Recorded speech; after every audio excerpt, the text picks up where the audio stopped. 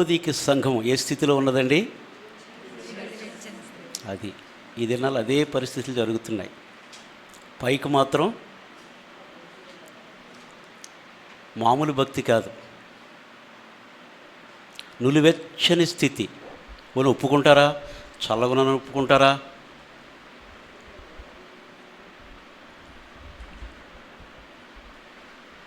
చల్లగాను ఉండరు, వెచ్చగాను ఉండరు, నులివెచ్చగా ఉంటారు. కానీ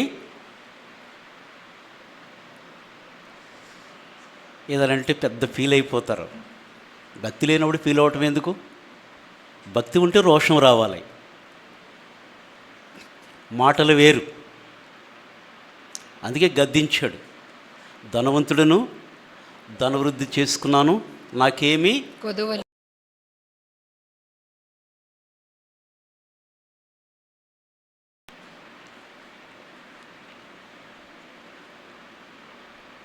గద్దించాడు ప్రభు.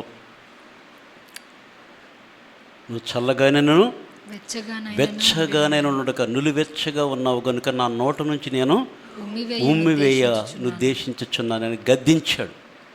ప్రభు ఎవరినైతే ప్రేమిస్తాడో వారిని గద్దిస్తాడు. హల్లెలూయా. చక్కని వాక్యం మనం విన్నాం. ఏమి వింటున్నామని మనం చాలా జాగ్రత్తగా మనం రాసుకోవాలి, మనసులో పెట్టుకోవాలి. ఎవరైనా ఏదైనా అంటే మనకు నచ్చకపోతే ఆ మాట సంవత్సరాలు దీర్ఘాలు తీస్తాం. దాన్ని దేవుడు గద్దిస్తే దాన్ని తీసుకోం. ఎందుకంటే గద్దించి ప్రేమిస్తాడు కదా. చాలా హేళనగా చులకనగా నచ్చింది తీసుకుంటాం. నచ్చినది అక్కడ చేదు పెడతాడు, తీసుకోవాలని మనం డైజెస్ట్ కాదు, తీసుకోవాలి. దేవుడు ఏది పెట్టినా మనం దాన్ని అంగీకరించాలి. దేవునికి భయపడితే అంగీకరిస్తావు. భయం లేని భక్తి అయితే నువ్వు దేవుణ్ణి అంగీకరించు. దేవుని యొక్క వాక్యం ధ్యానం చేయ ఉదయ కాలం ముందు కొద్ది నిమిషాలు కృపా నిబంధన గురించి. ఏంటండి? కృపా నిబంధన అంటే దేవునికి మనుష్యునికి మధ్యలో జరిగినటువంటి ఒడంబడిక. అది కృపా నిబంధన.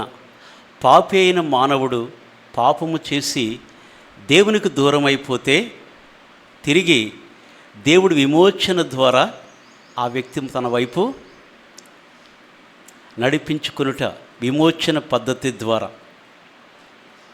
మనం అపరాధముల చేతను పాపముల చేతను చచ్చిన వారమై ఉండగా, అది మన బ్రతుకు. ఎఫెసీ 2:5 ప్రకారం మనం మన అపరాధముల చేతను పాపముల చేతను చచ్చిన వారమై ఉండినప్పుడు సైతము మన ఎడల చూపిన తన మహాప్రేమ చేత మనలను క్రీస్తుతో కూడా బ్రతికించెను. ఇది దేవుని యొక్క కృప.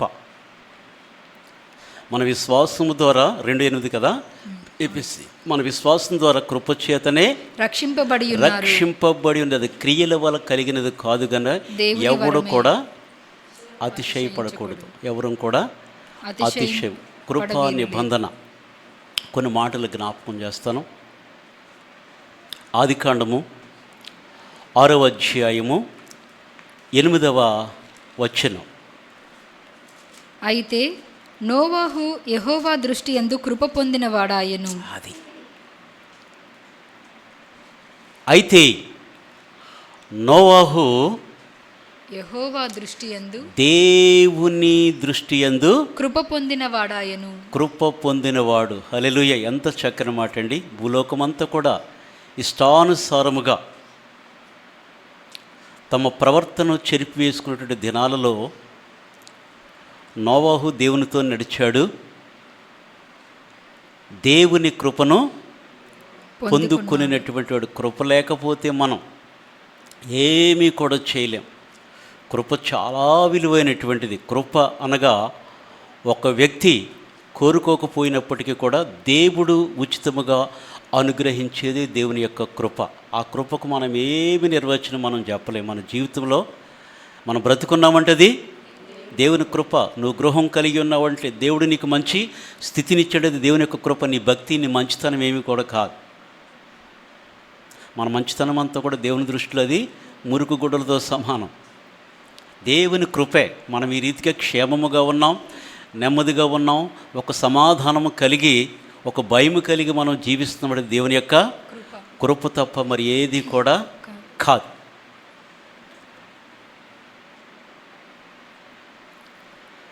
రెండవదిగా 2 సమూయేలు 7వ అధ్యాయము 15వ వచనం.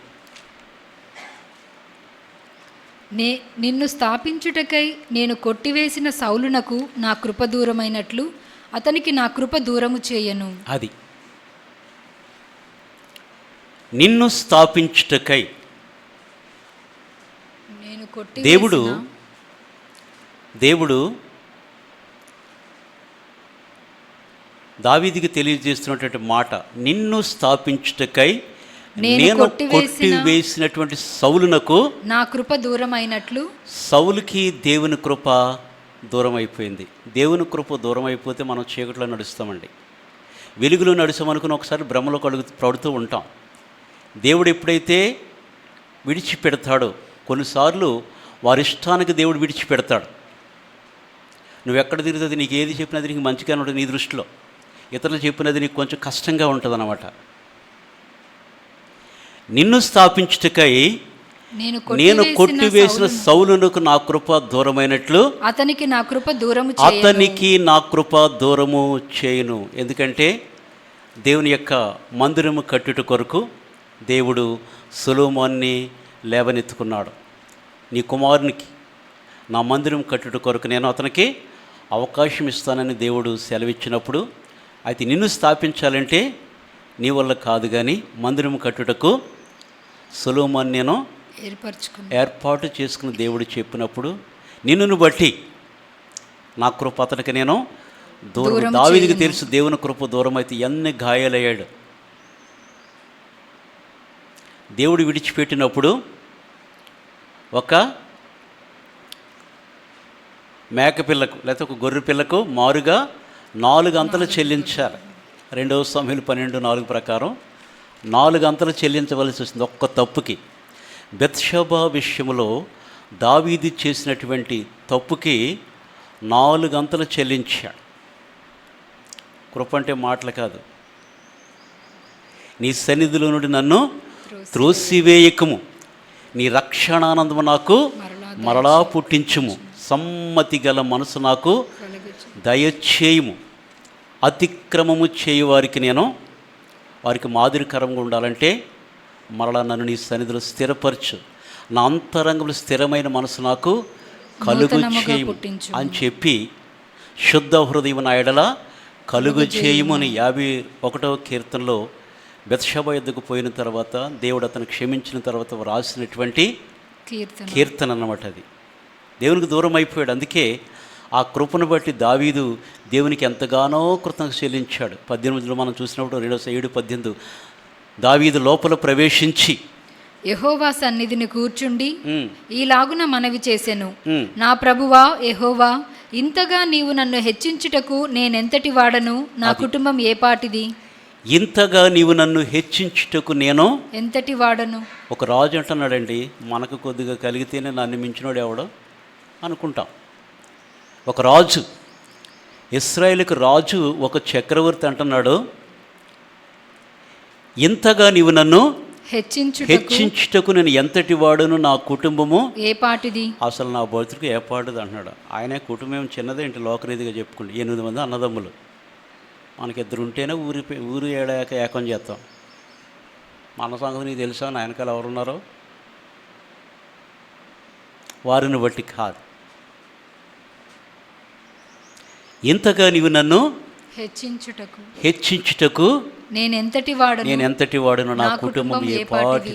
అది దేవుని యొక్క కృప. కృప గురించి చాలా విషయాలు మనకు తెలుసు. కృపా నిబంధన అనే మాట పెట్టి ఎందుకు చెప్తున్నానంటే, బైబిల్ అంతా మనకు తెలుసు, కానీ ఊరికే చూచాయిగా చూత హృదయంలోకి రానివ్వ. మనం హృదయంలోకి వస్తే దేవుని వాక్య రుచి ఏంటో, అందులో ఉన్న దమ్ము ధైర్యం ఏంటో తెలుస్తుంది. పైన చదివి అండర్లైన్ చేసుకుని ఆ ఒక్క మాట చెప్పేసి దాన్ని పట్టుకుని కాదు, నువ్వు చదువు. యెహోవా ఉత్తముడు అని రుచి చూచి తెలుసుకోవాలి.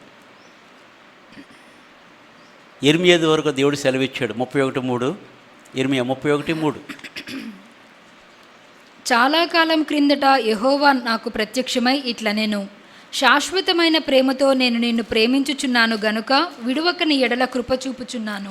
శాశ్వతమైనటువంటి ప్రేమతో నేను నిన్ను ప్రేమించుచున్నాను గనుక విడువక నీ ఎడల కృప చూపు. శాశ్వతమైనటువంటిది దేవుని యొక్క ప్రేమ.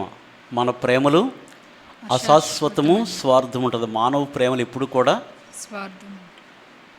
ప్రతిఫలము ఆశించినది దేవుని యొక్క ప్రేమ, అగాపే ప్రేమ, ప్రాణము పెట్టినటువంటి ప్రేమ. హల్లెలూయా. యేసయ్యా నీ కృపా నన్ను అమరత్వానికి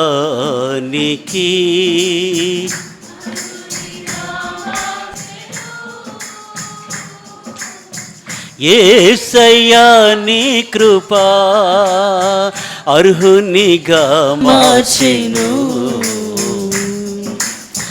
యేసయ్యా నీ కృపా నీ హస్తపు నీడకు పరుగెత్తగా నీ శాశ్వత కృపతో నింపితివా. నీ హస్తపు నీడకు పరుగెత్తగా నీ శాశ్వత కృపతో నింపితివా. నీ సన్నిధిలో దీనుడనై, నీ సన్నిధిలో దీనుడనై కాచుకొనేదు నీ కృపయన్నడు. నీ సన్నిధిలో దీనుడనై కాచుకొనేదు నీ కృపయన్నడు. యేసయ్యా నీ కృపా నన్ను అమరత్వానికి అర్హునిగా మార్చెను. యేసయ్యా నీ కృపా నీ నిత్య మహిమకు పిలచితివా. నీ స్వాస్యముగా నన్ను మార్చితివా. నీ నిత్య మహిమకు పిలచితివా. నీ స్వాస్యముగా నన్ను మార్చితివా. ఆత్మాభిషేకముతో స్థిరపరచిన, ఆత్మాభిషేకముతో స్థిరపరచిన ఆరాధ్యుడా నిన్నే గణపరతును. ఆత్మాభిషేకముతో స్థిరపరచిన ఆరాధ్యుడా నిన్నే గణపరతును. యేసయ్యా నీ కృపా నన్ను అమరత్వానికి అర్హునిగా మార్చెను. యేసయ్యా నీ కృపా గువ్వవలే నేనెగిరి నిన్ను చేరనా. నీ కౌగిట నేనొదిగి హర్షించనా. గువ్వవలే నేనెగిరి నిన్ను చేరనా. నీ కౌగిట నేనొదిగి హర్షించనా. ఈ కోరిక నాలో తీరునా, ఈ కోరిక రాకడలోనే తీరును. ఈ కోరిక నాలో తీరునా, రాకడలోనే తీరును. యేసయ్యా నీ కృపా నన్ను అమరత్వానికి అర్హునిగా మార్చెను. యేసయ్యా నీ కృపా అర్హునిగా మార్చెను. ఎవరికి సంతోషంగా లేనట్టుంది? యేసయ్యా నీ కృపా. చప్పట్లు కొట్టాలంటే కష్టం అవుతుంది, దేవుని స్తుతించాలంటే నోరు రావట్లేదు. మరి ఏంటి ఇప్పుడు వస్తుంది సౌండ్? దేవుడు అమరత్వానికి నడిపించిన ఆయన కృపను మనం స్తుతించాలంటే కనీసం నాలుగుకి రానివ్వండి, హృదయంలో ఉండి బయటకు వస్తుంది. దేవుడు ఆరోగ్యం ఇచ్చాడు కదా, అన్నీ ఇచ్చాడు కదా మనకి.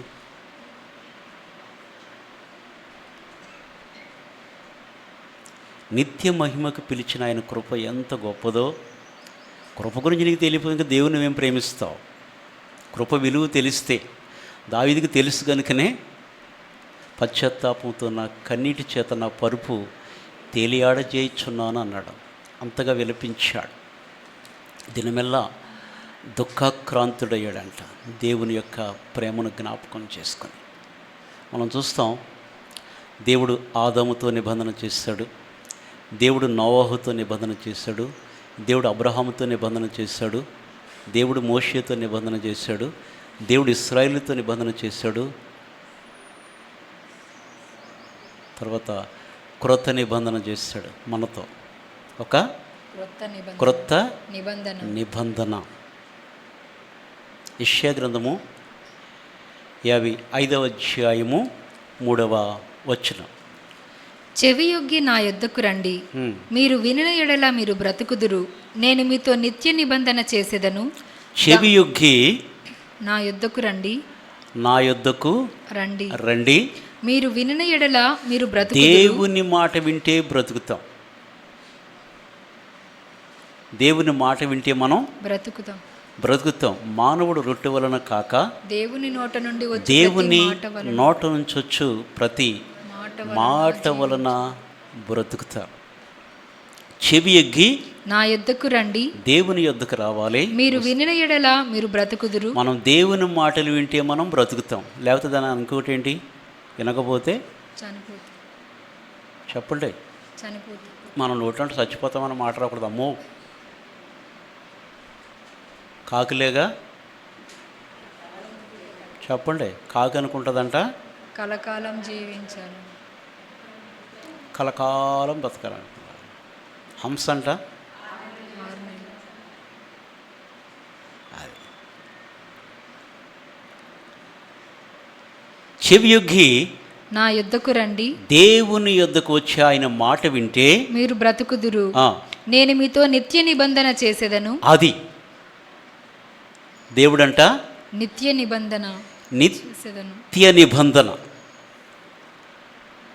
భంగము కాజాలనేటువంటి నిబంధన, అది నిత్య నిబంధన.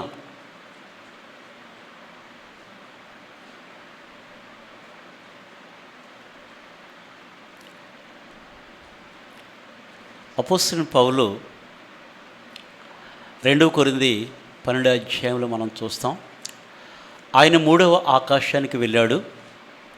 14 సంవత్సరముల కిందట శరీరంతో వెళుతునో, శరీరం లేక నేను కొనిపోబడేది నాకు ఎరగనంటున్నాడు. అది దేవునికే తెలియను. అట్టి మనుషుని నేను ఎరుగుదును, అతడు పరదైసులోనికి కొనిపోబడి వచింప సఖ్యము కాని మాటలు వినెను. ఆత్మరూపిగా ఆత్మవశుడై అంటాను నేను, ఆత్మవశుడై. యోహాను కూడా ఆత్మవశుడై పద్మాసు దీవు నుండి పరలోకానికైనా ఇక్కడికి ఎక్కిరమ్ము అని దేవుడు పిలిచినప్పుడు వెళ్ళిపోయాడు అక్కడికి ఆత్మరూపిగా. అతడు ఆత్మలో వెళ్ళానా, శరీరంలో వెళ్ళానా? శరీరంలో లేకుండా వెళ్ళినది నాకు తెలియదు, కానీ నేను ఒక మనిషిని ఎరుగుదునని ఆయన అనేకమైన విషయాలు చూశాడంట. అనేకమైనటువంటి సంఘటనలు పరలోకంలో జరుగుతున్నవన్నీ చూసి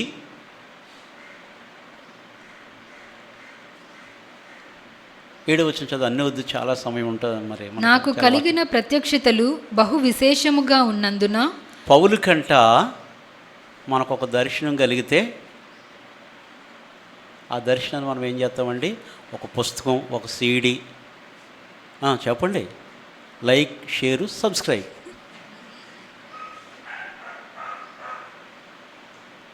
కామెంట్స్ పెట్టండి. ఇష్టమైన వాళ్ళు ఏమంటారు? నీ అంత మంచివాళ్ళు లేరు అంటారు. అదే కదా ఇప్పుడు కోరుకుని మనం పెట్టాలి. మనం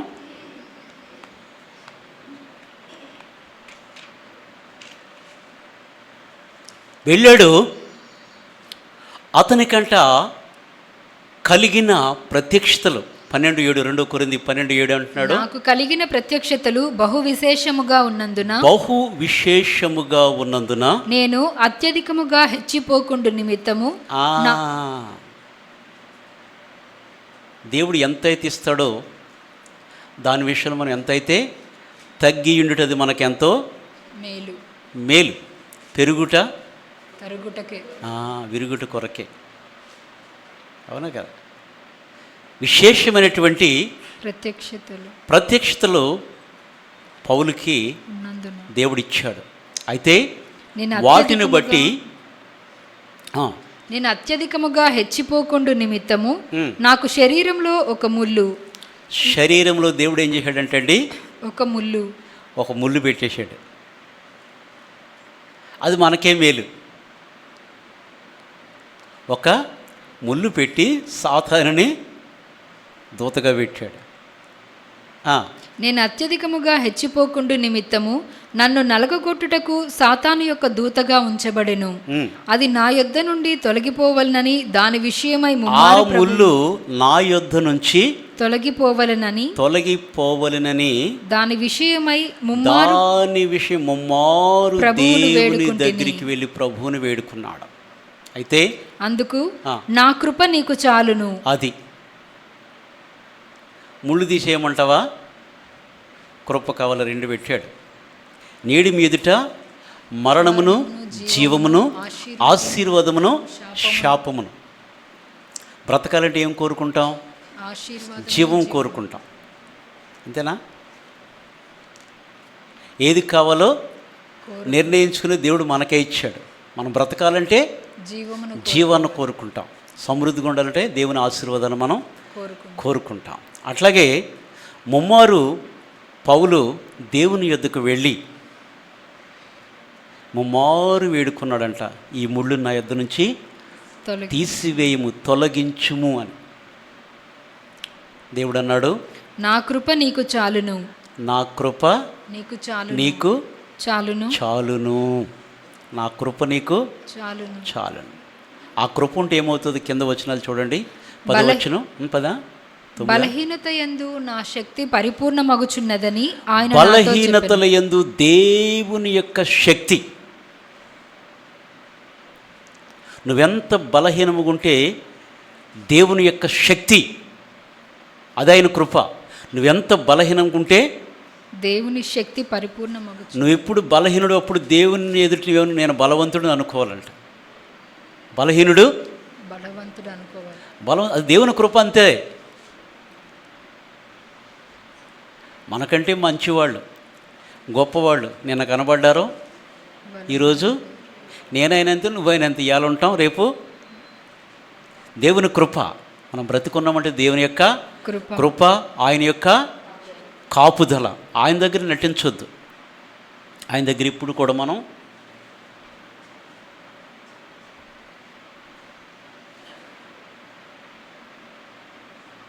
బలహీనతల యందు నా శక్తి పరిపూర్ణమగుచున్నదని ఆయన నాతో చెప్పెను. బలహీనతలో దేవుని శక్తి నీకు కావాలంటే నా కృప నీకు చాలు ఇచ్చానని పౌలుతో దేవుడు చెప్పాడు. అవసరం కానీ అందరికీ తెలిసిందే. 1 కొరింథీ 15:10 తెలుసు కదా అందరికీ. ఏంటండి? నిష్ఫలము కానటువంటి కృప అంటాడు. నిష్ఫలము కానటువంటి కృప దేవునిది. ఆయన ఇచ్చాడంటే ఆయన మాట తప్పనివాడు, మార్పు లేనివాడు. మలకి 3:6 ప్రకారం ఆయన మార్పు లేనటువంటి వాడు. తీతు 1:4 ప్రకారము ఆయన అబద్ధమాడనేరనటువంటి దేవుడు. ఆయన మాట తప్పని నిష్ఫలము కానటువంటి ఆ యొక్క కృప ఇక్కడ అంటున్నాడు, నీ యొక్క బలహీనతల యందు నా శక్తి పరిపూర్ణ మగుచున్నదని ఆయన నాతో చెప్పెను. కాగా క్రీస్తు శక్తి నా మీద నిలిచియుండు నిమిత్తము విశేషముగా నా బలహీనతల యందే బహు సంతోషముగా అతిశయపడుదును. అందుకే బలహీనతలు వచ్చినప్పుడు అతిశయపడాలంటే దేవుని బట్టి, దేవునికి స్తోత్రం అనాలంట. బలహీనత వస్తే అనుకోవాలి మనం, శత్రువా నీవు నా మీద అతిశయపడవద్దు, కింద పడ్డా కానీ.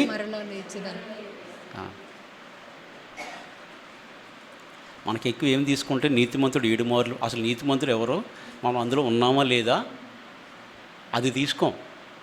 అదొక్కటే అండర్లైన్. ఇది నీతిమంతుడు 7 మార్లు పడినను చెప్పండి మరలా లేచును.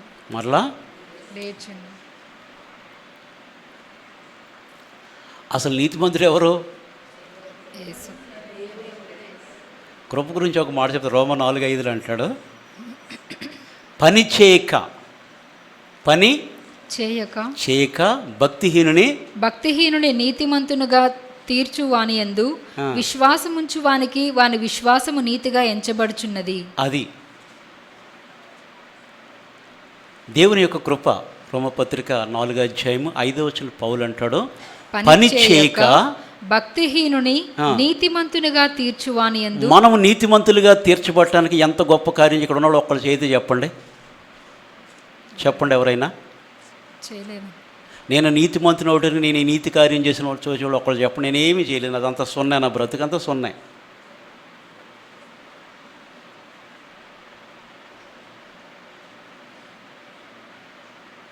నేను నీతిమంతుని అవటానికి గల కారణం ఒక్క రీజన్ చెప్పండి ఎవరైనా. ఏమీ లేదు.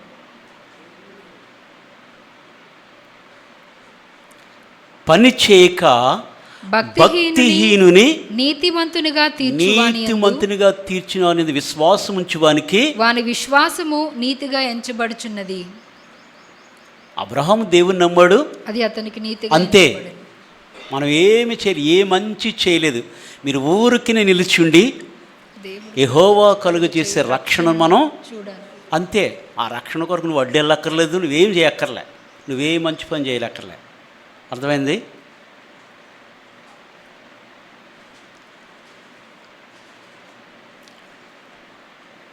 సరే, 2 కొరింథీ 12:10 చదవమ్మా మరలా.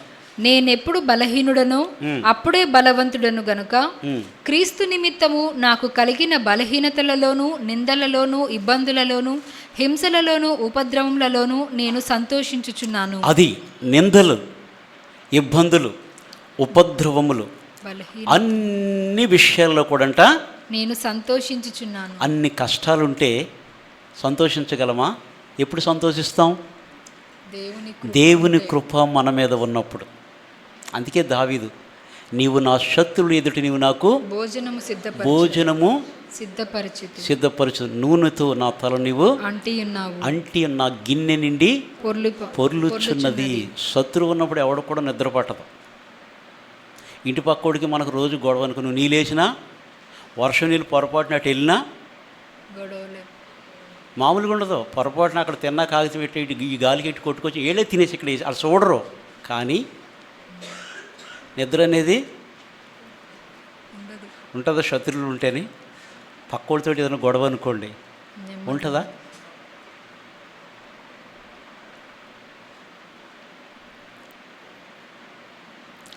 బలహీనతల యందు, ఇబ్బందుల యందు, హింసలలోను, నిందలలో, అన్ని విషయాల్లో కూడా నేను సంతోషించుచున్నాను.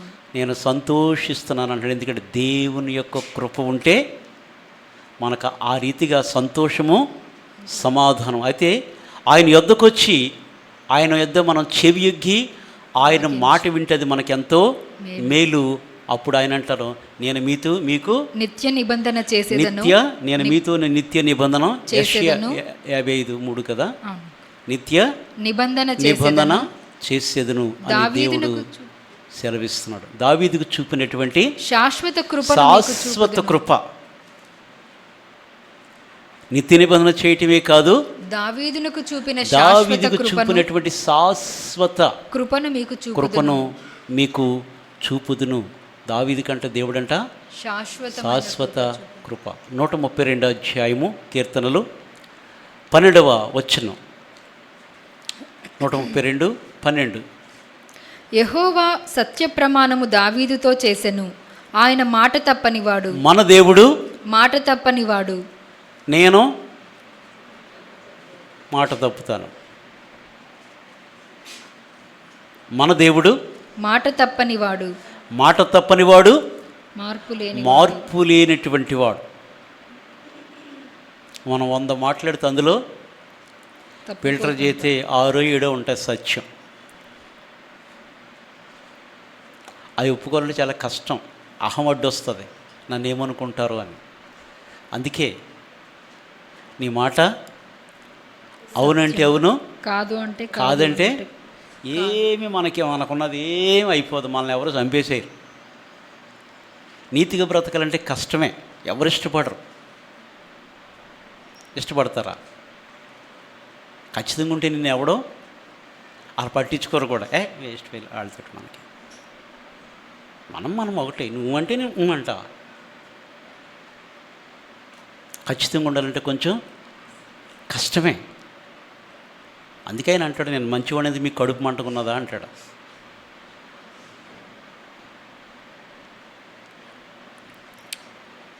నూట 132:12 అంటాడు, దావీదుతో నేను సత్య ప్రమాణము చేసినను, ఆయన మాట తప్పనివాడు. మన దేవుడు మాట తప్పనివాడు. దావీదుతో అంట సత్య ప్రమాణము చేసినటువంటి దేవుడు. ఆయన ఎప్పుడు కూడా ఆయన మాట తప్పడు. ఇప్పుడు దావీదుకి చెప్పాడు, మందిరం కడతనట్టు వద్దు, సొలొమోను నీకు పుట్టబోయే కుమారుని చేత నా ఆలయం నేను కట్టిస్తున్న దేవుడు సెలవిచ్చిన ప్రకారం దేవుడు ఆ మాటను ఆయన ఖచ్చితంగా నిలబెట్టుకుని దేవాలయం కట్టుటకు సొలొమోను దేవుడు ఏర్పరచుకున్నాడా లేదండి? ఏర్పరచుకున్నాడా లేదా? ఏర్పరచుకున్నాడు. ఆయన దావీదుతో సత్య ప్రమాణం చేశాడు. ఆయన మాట తప్పనటువంటి దేవుడు, మాట తప్పనివాడు. ఆయన మాట ఇచ్చేది ఖచ్చితంగా ఆయన నేను నిశ్చయముగా ఆశీర్వదించేదును అన్నాడు. అంతే, అందులో ఏమాత్రము కూడా మార్పు లేదు. ఉందా? అబ్రాహాముతో వచ్చాడు లోతు. ఇరువురు బయలుదేరారు, వెళ్ళారు. ఒక ఆయనేమో యోర్దాను ప్రాంతాన్ని ఏర్పాటు చేసుకున్నాడు. లోతు అబ్రాహాము విడిచి వెళ్ళిపోయాడు. భూసంబంధంగా సొదొమ దగ్గర ఒక గుడారం వేసుకున్నాడు. ఆ ప్రాంతమంతా చూశాడు, తన కన్నులెత్తి చూశాడు. ఆ ప్రాంతమంతా ఏదోను తోట వలె నీరు పారు ఐగుప్తు దేశం వలె ఉన్నది కాబట్టి పచ్చగా ఉంది. అబ్బా ఇక్కడ ఉంటే ఇంకా నేను కదలని చెప్పుకుని అదే ఆయన జీవితానికి. లోతు విడిచి వెళ్ళిన తర్వాత 13-14 చూస్తా కదా, అబ్రాహాము దేవుని దగ్గరికి వచ్చి నీ కన్నులెత్తి నీవు ఉన్న చోట నలుదిశలు చూడమన్నాడు. తూర్పు, పడమర, ఉత్తరము, దక్షిణం నలుదిశలు చూడుము. ఎందుకనగా నీవు చూచుచున్న ఈ దేశం అంతటిని నీకును నీ సంతానమునకును సదాకాలం ఇచ్చేదను. నీకును నీ సంతానమునకు సదాకాలము ఇచ్చేదను అన్నాడు. అంతే, ఖచ్చితంగా దేవుడు. ఆయన ఎక్కడ కూడా మాట తప్పడండి. మాట తప్పనటువంటి గొప్ప దేవునిని మనము కలిగి ఉన్నాం. 2వ సమూయేలు 23:5 నా సంతతి వారు దేవుని దృష్టికి అనుకూలులే గదా, ఆయన నాతో నిత్య నిబంధన చేసి ఉన్నాడు. ఆయన నిబంధన దావీదుతో దేవుడంట నిత్య నిబంధన చేసి ఉన్నాడు. నిత్య నిబంధన చేసి ఉన్నాడు. ఆయన నిబంధన సర్వ సంపూర్ణమైన నిబంధనే. ఆయన నిబంధన సర్వ సంపూర్ణమైనటువంటి నిబంధన అది స్థిరమాయను. అది స్థిరమైనటువంటి నిబంధన. ఆ నిబంధన యెషయా 54:10 ప్రకారం పర్వతములు తొలగిపోయినను మెట్టలు తత్తరిల్లినను నా కృప నిన్ను విడిచిపోదు. తత్తరిల్లిన నా నిబంధన నిన్ను విడిచిపోదు. నా సమాధానమైనటువంటి నా నిబంధన తొలగిపోదు. నా నిబంధన పర్వతాలు తొలగిపోవచ్చు, మెట్టలు తత్తరిల్లొచ్చు, ఏదైనా జరగవచ్చు, కానీ నా కృప నిన్ను విడిచిపోదు. ఆయన కృప, ఎందుకంటే మన దేవుడు కృప గలవాడు. విలపవాక్యాలు 3:22 అంటాడు కదా, యెహోవా కృపగలవాడు. మన దేవుడు ఎవరంటే అండి? కృపగలవాడు. యెహోవా కృపగలవాడు. ఆయన వాత్సల్యత ఎడతెగక నిలుచున్నది గనుక, ఆయన వాత్సల్యత ఎడతెగక నిలుచున్నదిగా మనము నిర్మూలము కావటం లేదు.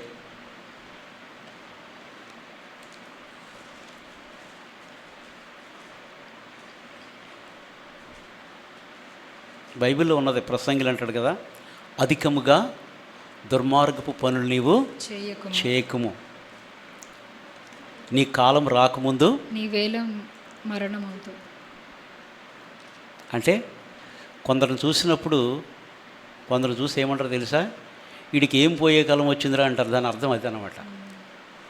అధికముగా దుర్మార్గం పనులు చేస్తే దేవుడిచ్చే ఆయుష్ కంటే కూడా ముందుగానే, అంతే కదండి. ఇష్టానుసారంగా వెళుతూ ఉంటారనుకోండి,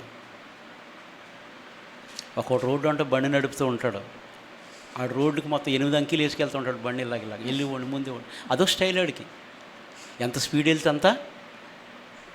ఆ తర్వాత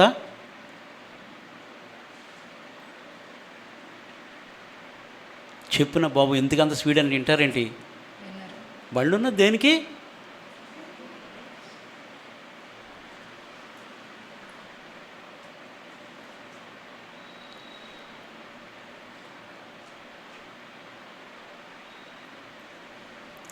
దావీదుతో దేవుడంట ఏం చేసింటండి? నిత్య నిబంధన చేసి ఉన్నాడు. నిత్య నిబంధన చేసి ఉన్నాడు.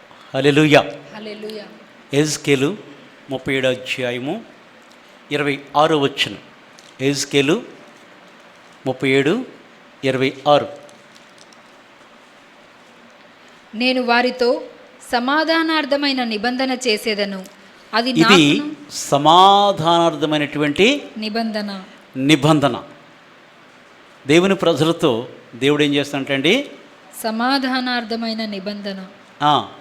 నేను వారితో సమాధానార్థమైన నిబంధన చేసేదను, అది నాకును వారికిని నిత్య నిబంధనగా ఉండును. నిత్య నిబంధన. అందుకే ఎప్పుడు దేవునితో మన జీవితం ఎప్పుడు, మన జీవము ఆయన యొద్ద ఉన్నది. మన జీవం అంట క్రీస్తుతో కూడా దేవుని యందు దాచబడి ఉన్నదని కొలస్సీ పత్రిక 3:3-4 మనం చదువుకుంటాం.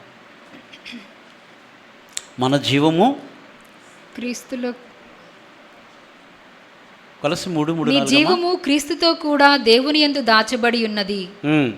అది మన జీవం ఎక్కడుందంటే అండి? క్రీస్తుతో కూడా దేవుని యందు దాచబడి ఉన్నది. అందుకే మనం క్రీస్తుతో లేపబడిన వారు వాటి భూ సంబంధం వాటి మీద ఈ లోకంలో మనం బ్రతకాలి, కానీ ఎంతవరకు అంతే.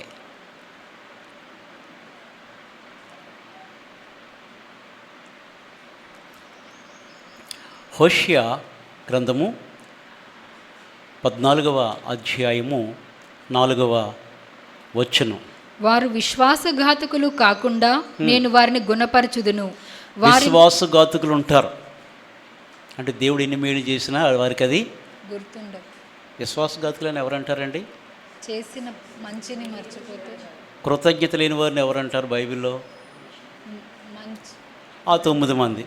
లోకాసువార్త 17 10 మంది కుష్ఠరోగులు వచ్చారండి. అందరూ శుద్ధులైరి. నేను అడిగేది అట్లా కాదు. 10 మంది కుష్ఠరోగులు, అందరికి ఒకే రోగం ఉంది. 10 మంది కుష్ఠరోగులు ఆయన దగ్గరికి వచ్చారు. ప్రభు అన్నాడు, మీరు వెళ్ళి సమాజంలో యాజకుని మీరు కనపరుచుకో. వారు వెళ్ళుచుండగా శుద్ధులైరి. వారు వెళ్ళుచుండగా, ఎంత అద్భుతమైన వాక్యం అండి. వారు వెళ్ళుచుండగా దేవుడు చెప్పాడు, మీరు వెళ్ళి యాజకునికి కనపరుచుకోండి. ఎంత విలువిస్తున్నాడు చూసారా దేవుడు యాజకత్వానికి, దేవుని పనికి. మీరు వెళ్ళి మిమ్మల్ని మీరు యాజకుని కనపరుచుకోండి అని చెప్పినప్పుడు వారు వెళ్ళుచుండగా శుద్ధులైరి. లేదమ్మా, లోకస్వార్త 17వ అధ్యాయం ఉందా? వారిలో ఒకడు తనకు స్వస్థత కలుగుట చూచి గొప్ప శబ్దముతో దేవుని మహిమపరచుచు. గొప్ప శబ్దముతో, వీడు అన్యుడు, గొప్ప శబ్దముతో దేవుని మహిమపరచుచు తిరిగి వచ్చి ఆయనకు కృతజ్ఞతాస్తుతులు చెల్లించుచు. అది తిరిగి వచ్చి దేవునికి మహిమను చెల్లించాడు. అయితే ప్రభువుకి అన్నీ తెలుసు. అందుకు యేసు 10 మంది శుద్ధులైరి కారా? 10 మంది శుద్ధులయ్యారు కదా. ఆ 90 ఎక్కడా? అది క్వశ్చన్ మార్క్. మిగిలిన 90 ఎక్కడా? మనుషుల యొద్ద నుంచి మనం తప్పించుకోవచ్చు, దేవుని యొద్ద నుంచి తప్పించుకోగలమా? ఎవరో తప్పించుకున్నాడండి. తప్పించుకున్నా తిమింగలం నోట్లో పడటం తప్పలేదు. దానికి ఆజ్ఞనిచ్చాడు, నువ్వు కక్కేయమన్నాడు. అది గనక లోపల మటన్ ముక్కలాగా అంటే మట్టి బయటకు వస్తుంది. అవునా కదా? అంత పెద్ద గొప్ప మత్స్యము దాని కడుపు నుంచి ఎన్ని వెళ్ళిపోతాయండి కదా. దేవుడు చెప్పాడు, తప్పించుకోలేరు ఎవరం కూడా. దేవుని ఎదురు మనం ఎవరం కూడా తప్పించుకోలేము. 10 మంది శుద్ధులైరి, మిగిలిన 90 ఎక్కడా? ఈ అన్యుడు తప్ప దేవుని మహింపచక ఎవరు కూడా తిరిగి వచ్చిన వాడెవడునూ అగ్గపడలేదా అని చెప్పి ప్రభువుకి అన్నీ తెలుసు. దేవుని యొద్ద నుంచి మనం ఎవరం కూడా తప్పించుకోలేము. అందుకే ఇక్కడ చూస్తే కనుక వారంట హోషేయ 14:4 వారు విశ్వాసఘాతకులు కాకుండా నేను వారిని గుణపరచుదును. హోషేయ 14:4 చదవమ్మా. వారు విశ్వాసఘాతకులు కాకుండా నేను వారిని గుణపరచుదును.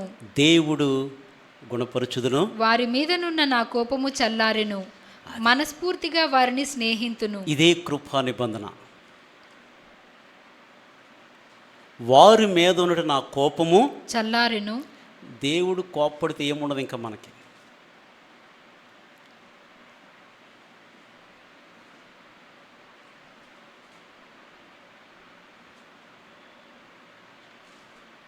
చాలాసార్లు చెప్పుకున్న దేవుని వాక్యాలు చాలా సింపుల్లో అలవాటు అయిపోయింది. ఎందుకంటే మంచి మంచి వాక్యాలు దొరికితే అది తెలిసేవాడికి అలాగ అంటాం, కానీ చదవం కదా. సౌలు కృప దూరం అయిపోయింది. దావీదుకి అంటున్నాడు, నీ కుమారుడికి నా కృప నేను దూరం చేయ. దావీదుకి తెలుసు దేవుని యొక్క కృప విలువేంటో తెలుసు. ఆయన కృప లేకపోతే మనం క్షణం కూడా మనం బ్రతకలేం. ఎంత కృప! ఏమండి బాగున్నారంటే ఏమంటారు? అంత దేవుడు కృప అండి అంటారు. ఆ కృపలో ఎంత వారి విశ్వాసఘాతకులు కాకుండానట్లు దేవుడు వారిని గుణపరచుదును. నా మీద ఉన్న కోపం, వారి మీద ఉన్న కోపము చల్లారెను. దేవుని కంట వారి మీద ఉన్న కోపము, ఎందుకంటే వారి మాటి మాటికి దేవుణ్ణి విసిగించారు.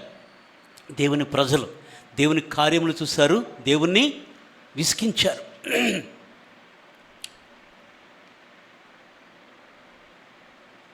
నా కోపము చల్లారెను, మనస్ఫూర్తిగా వారిని స్నేహితును. మనస్ఫూర్తిగా దేవుడు క్షమిస్తే మనస్ఫూర్తిగా కొందరికి కృతజ్ఞత ఉండదు. నువ్వు ఎన్నైనా చెయ్యి, ఎన్నైనా చెయ్యి, కృతజ్ఞత ఎంత కూడా కనపడదు, కోసినా కనపడదు. ఎందుకంటే లోపల ఉంటే కదా. రాయి అయినా కరుగుతుందేమో, కానీ వాళ్ళ మనసులో వాత వేయబడిన మనసాక్షి, అటువంటి వాళ్ళు మార్చుట అసాధ్యము. లేదా హెబ్రీ పత్రికలో దేవునికి సమస్తము సాధ్యమే, కానీ వాతవేయుడు మనసాక్షి ఉంటే దాన్ని గుణపరచుట అసాధ్యం. అసలు నువ్వు ఎంతమంది ఆడ కొడక ఆ వ్యక్తి కోసం నువ్వు ప్రార్థన చేసినా నూతన పరచుట అసాధ్యము. అసలు ఇంకేమీ లేదు. ఇంకా నువ్వు ఎంత చేసినా ప్రభు కాపాడటమే తప్ప నీ వల్ల ఏమీ కాదు. లోపల ఉంటే కదా. కృతజ్ఞత చాలా విలువైనటువంటిది, కృతజ్ఞత బుద్ధి. అందుకే ప్రతి దాన్ని బట్టి మనం దేవునికి కృతజ్ఞత. కష్టం వచ్చిందా దేవానికి స్తోత్రం, నష్టం వచ్చిందా దేవానికి స్తోత్రం, మంచి జరిగిందా, స్తోత్రం. ఏది జరిగినా దేవునికి నువ్వు ఉన్నావు. ఏది జరిగినా అంటే మన భారం అంతా కూడా ఆయన మీద మనం వేసుకోవాలి.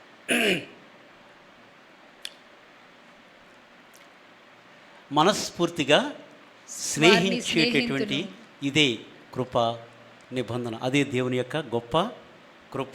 ఎహెజ్కేలు 16వ అధ్యాయము 60వ వచనం. నీ యవ్వన దినముల యందు నేను నీతో చేసిన నిబంధనను జ్ఞాపకమునకు తెచ్చుకొని ఒక నిత్య నిబంధనను నీతో చేసి దాన్ని స్థిరపరుతును. అది నీతో చేసిన నిబంధనను జ్ఞాపకము తెచ్చుకొని ఒక నిత్య నిబంధనను నీతో చేసి దాన్ని స్థిరపరుతును. దేవుడు అంటున్నాడు, ఒక నిత్య నిబంధన నీతో చేసి దానిని నేను స్థిరపరచుదును. దేవుడు అంటే మన దేవుడు నిబంధనను స్థిరపరిచే దేవుడు.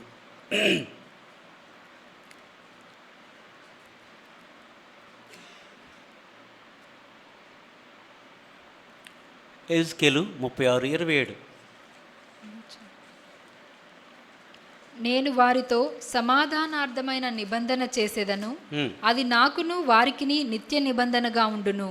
నేను వారిని స్థిరపరచెదను, వారిని విస్తరింపచేసి 36:21.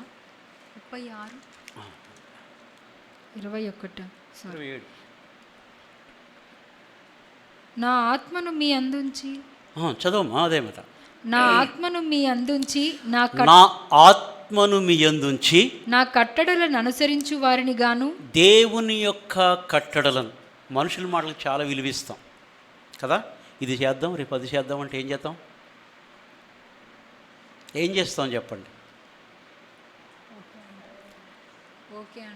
విలువిస్తామేమో.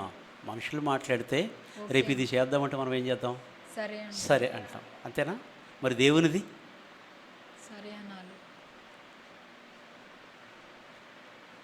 దేవునిది అంతకంటే కూడా 36:27 అంటున్నాడు, నా ఆత్మను మీ అందుంచి ఆత్మను మీ అందుంచి నా కట్టడలను అనుసరించు వారిని గాను నా విధులను గైకొను వారిని గాను మిమ్మును చేసేదను. అది నా కట్టడలను, నా యొక్క విధులను గైకొను వారుగా మిమ్మును చేసేదను అని దేవుడు సెలవిస్తాడు. నా ఆత్మను మీ యందు ఉంచి.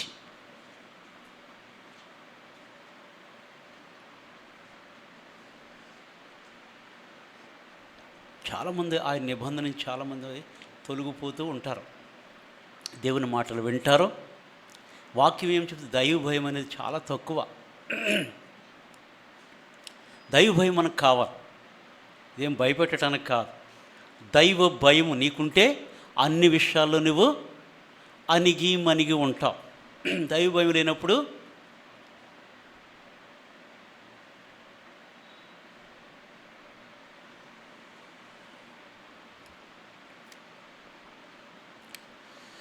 ఆదికాండం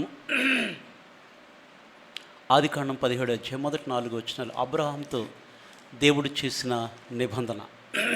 అబ్రాము 99 ఏండ్ల వాడైనప్పుడు యెహోవా అతనికి ప్రత్యక్షమై, నేను సర్వశక్తి గల దేవుడను. అది దేవుడు ప్రత్యక్షం కాలేదా? చాలాసార్లు ప్రత్యక్షమయ్యాడు. అప్పటికి అబ్రాము యొక్క వయసు 99 ఏండ్ల వాడు. 99.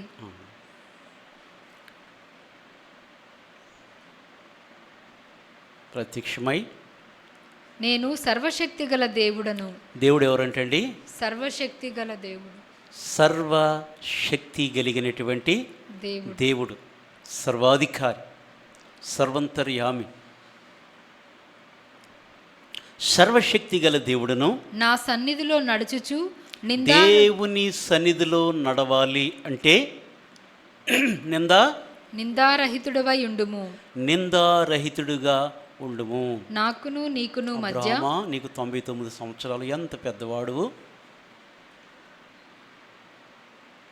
దేవుని దృష్టిలో మనం నిన్నటి వారమే కదండి. ఎందుకంటే దేవుని దృష్టికి ఒక దినము 1000 సంవత్సరములు, 1000 సంవత్సరములు ఒక దినము వలెను, రాత్రి అందలి ఒక జాము వలె దేవుని దృష్టికి. ఆయన దృష్టిలో మనం ఎంత అండి? అబ్రాహాముని ఏమంటున్నాడో బైబిల్ చెప్పే మాట ఏంటి? అబ్రాహాము 99 ఏండ్లవాడు. దేవుని వాక్కు ప్రత్యక్షమైంది, నీవు నా సన్నిధిలో నడుచుచు నా ఎదుట నీవు నిందారహితుడుగా ఉండుము. నాకును నీకును మధ్య నా నిబంధనను నియమించి, అది నాకును నీకును మధ్య నా నిబంధనను నియమించి నిన్ను అత్యధికముగా అభివృద్ధి పొందించెదనని అతనితో చెప్పెను. అది నా నిబంధన యందుంచి నిన్ను అత్యధికముగా అభివృద్ధి పొందించేదనని దేవుడు అబ్రాహాముతో చెప్పాడు. ఆయన నిబంధన అబ్రాహాముతో స్థిరపరిచినటువంటి గొప్ప దేవుడు. ఆయన సన్నిధిలో మనం ఎట్లా ఉండాలంటే అండి, నిందా రహితులుగా చాలా జాగ్రత్తగా ఉండాలండి. మనకేంటంటే అసలు ఒక్కొక్కసారి నాకు భయం అవుతూ ఉంటే దేవుని వాక్యం చదువుతుంటే, బాబోయ్ దేవుడు ఫిల్టర్ చేస్తే మనం ఎట్లా అయిపోతామని. ఏమి లేదు, బెల్షాజర్ లాగానే. బెల్షాజర్ అంట త్రాసులో తూచగా తక్కువగా కనబడుతుంది. రే నువ్వు బెల్షాజర్ ఇటు రారా అని చెప్పి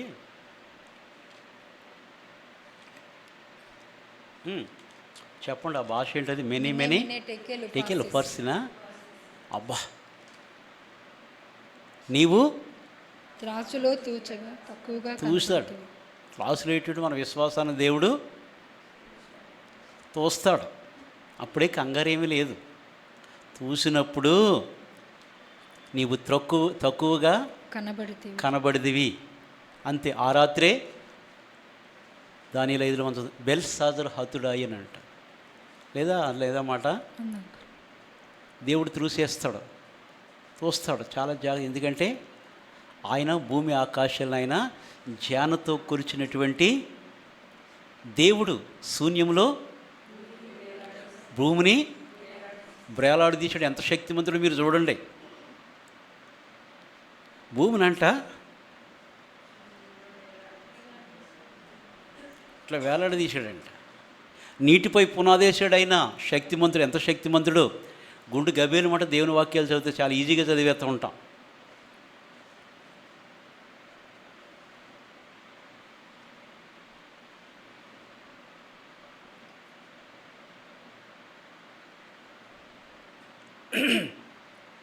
అబ్రాహాముతో దేవుడు అబ్రాహాముతో ఒక నిబంధన చేశాడంట.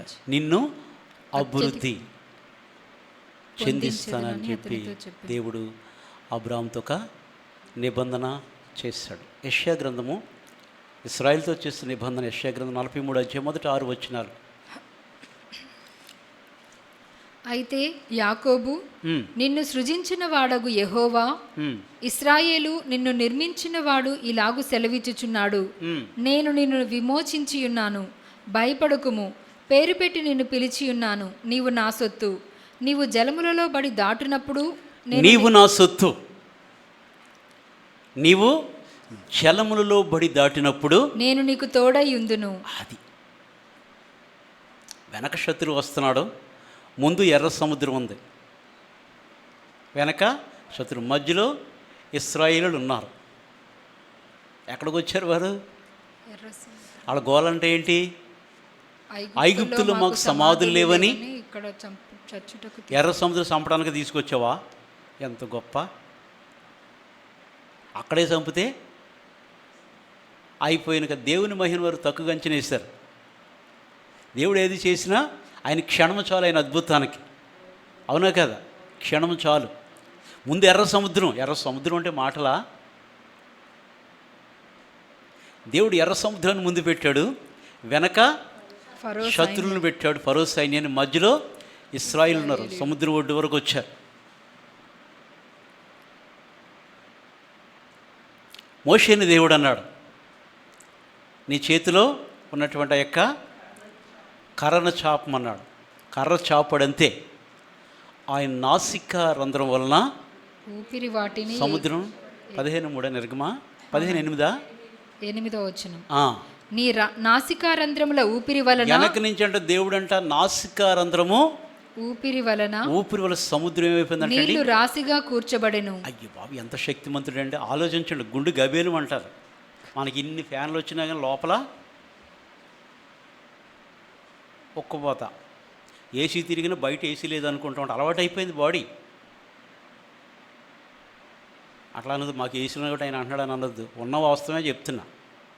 ఏసీలు అలవాటు అయింది అనుకోండి, ఉండి ఉండి బయటకు వచ్చినప్పుడు చిన్నదానికి చిటికి దానికి ఎట్లా అలవాటు అయిపోయింది. మనం దేనికి అలవాటు చేసుకుంటే, నీ శరీరము, నీ ఆత్మ, నీ ప్రాణం దేవుని వాక్యం అలవాటు చేసుకుంటే నీకు ఏది వచ్చినా ఏమి అనిపించదు. పక్కనే వరదలో చెలిపోతే నీకు ఏమి అనిపించదు, దేవుని మీదే ఉంటుంది ఆ మనసంతా.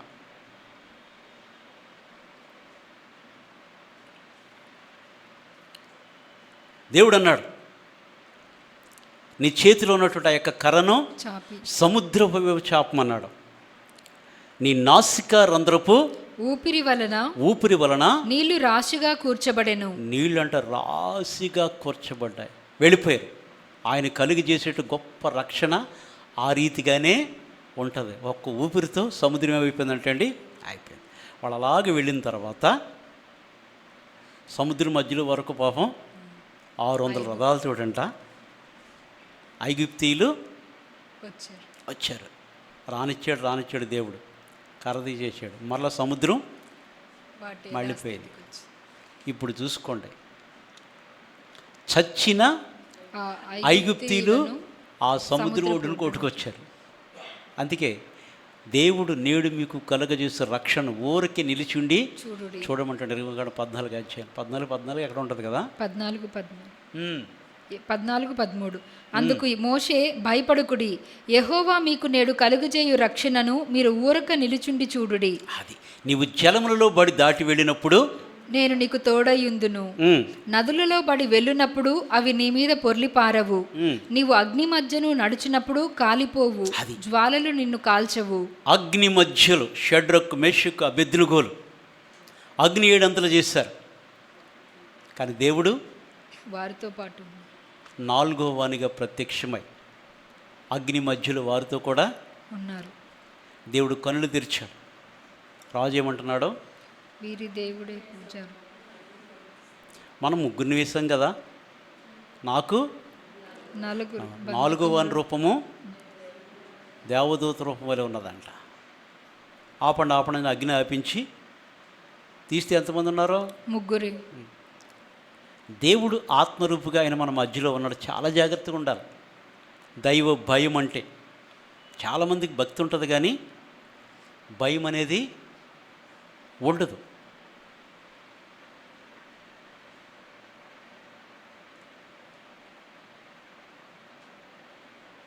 రెండో తిమోతి 3:5 ప్రకారం పైకి భక్తి గలవారై దాని శక్తిని ఆశ్రయించరు, పైకి మాత్రం భక్తి గలవారై. అమ్మో, ఇంత విశ్వాసులు అసలు ఎక్కడ దొరకరు, ఇంత బిలీవర్స్ అసలు ఎక్కడ దొరకరు అన్నట్టుగా ఉంటారు. చీలిస్తే దేవుని శక్తి ఏమాత్రము కూడా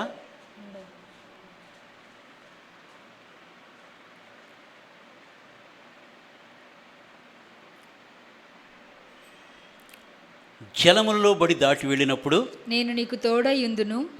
నదులలో బడి వెళ్ళినప్పుడు అవి నీ మీద పొర్లి పారవు. అది యోర్దాను నదికి వెళ్ళి యెహోషువ నాయకత్వంలో యోర్దాను మందసం తీసుకుని వెళుతున్నారు.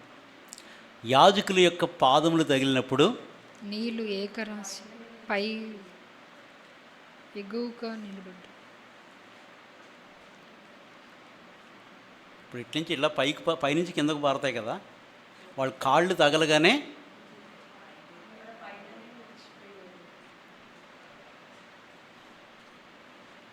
దేవుని శక్తి వారి యొక్క పాదములు తగలగానే ఏకరాశిగా నిలిచిపోయి అంట నీరు. యోర్దాను ఆ గట్ల మీద పారే నీళ్ళన్నీ కూడా దేవుడు ఏమైనా చేయగలడు. ఇశ్రాయేలుతో చేసిన నిబంధన అది. నీవు జలములలో బడి దాటి వెళ్ళినప్పుడు నీవు నా సొత్తు, నీవు అగ్నిలో నదులలో బడి వెళ్ళినప్పుడు నడిచినప్పుడు కాలిపోవు, జ్వాలలు నిన్ను కాల్చవు. యెహోవా నగు నేను నీకు దేవుడను, అది ఇశ్రాయేలు పరిశుద్ధ దేవుడనైన నేనే నిన్ను రక్షించువాడను. నీ ప్రాణరక్షణ క్రయముగా ఐగుప్తుని ఇచ్చియున్నాను, నీకు బదులుగా కూషును సెబాను ఇచ్చియున్నాను. నీవు నా దృష్టికి ప్రియుడవైనందున ఘనుడవైతివి. నేను నిన్ను ప్రేమించుచున్నాను గనుక నీకు ప్రతిగా మనుషులను అప్పగించుచున్నాను, నీ ప్రాణమునకు ప్రతిగా జనములను అప్పగించుచున్నాను. భయపడకుము, నేను నీకు తోడై ఉన్నాను. తూర్పు నుండి భయపడకుము, నేను నీకు తోడై ఉన్నాను. నేను నీకు తోడై ఉన్నాను. దేవుని యొక్క తోడు, దేవుని యొక్క కాపుదల, దేవుని యొక్క నిబంధన చాలా ఉన్నతమైనటువంటిది.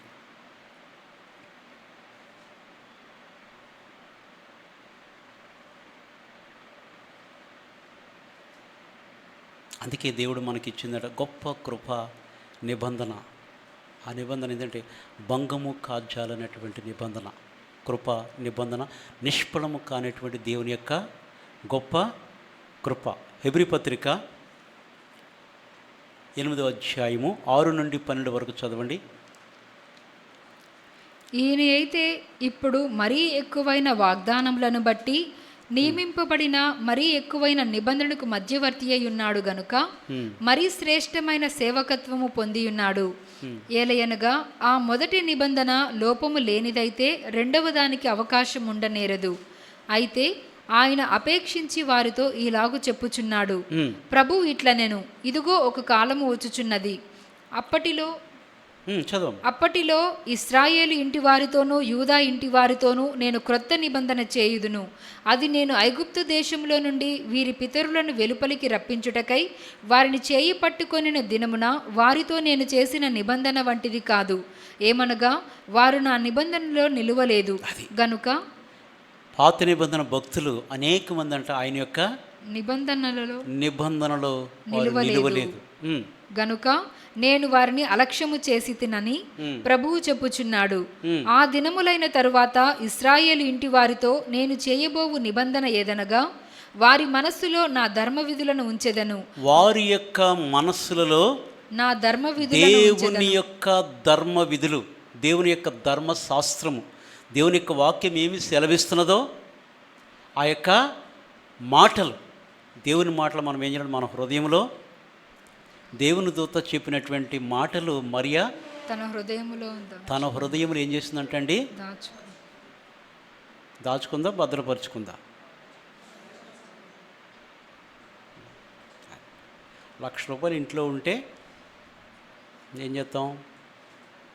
ఒక ప్లేస్లో పెట్టుకుంటాం. దాన్ని చాలా జాగ్రత్తగా ఉన్నాయా? ఎక్కడ పడితే అక్కడ పడేస్తారా? దేవుని మాటలంట భద్రం చేసుకొనెను. అయితే రానున్నటువంటి దినములలో వారి యొక్క మనస్సులలో నా యొక్క ధర్మ విధులను ఉంచెదను, వారి హృదయముల మీద వాటిని వ్రాయుదును. నేను వారికి దేవుడనయుందును, వారు నాకు ప్రజలయుందురు. వారు హృదయాల మీద దేవుడు అంటే వ్రాస్తాడంట. మెత్తని హృదయం అనే పలక అంటాడు. 2 కొరింథీ 3:6 ఎక్కడ అంటాడు కదా? 3:3 2 కొరింథీ 3:3 3:6 మెత్తని హృదయం అనే పలకం దేవుని జీవాత్మతో 3వ అధ్యాయం 3వ వచనం.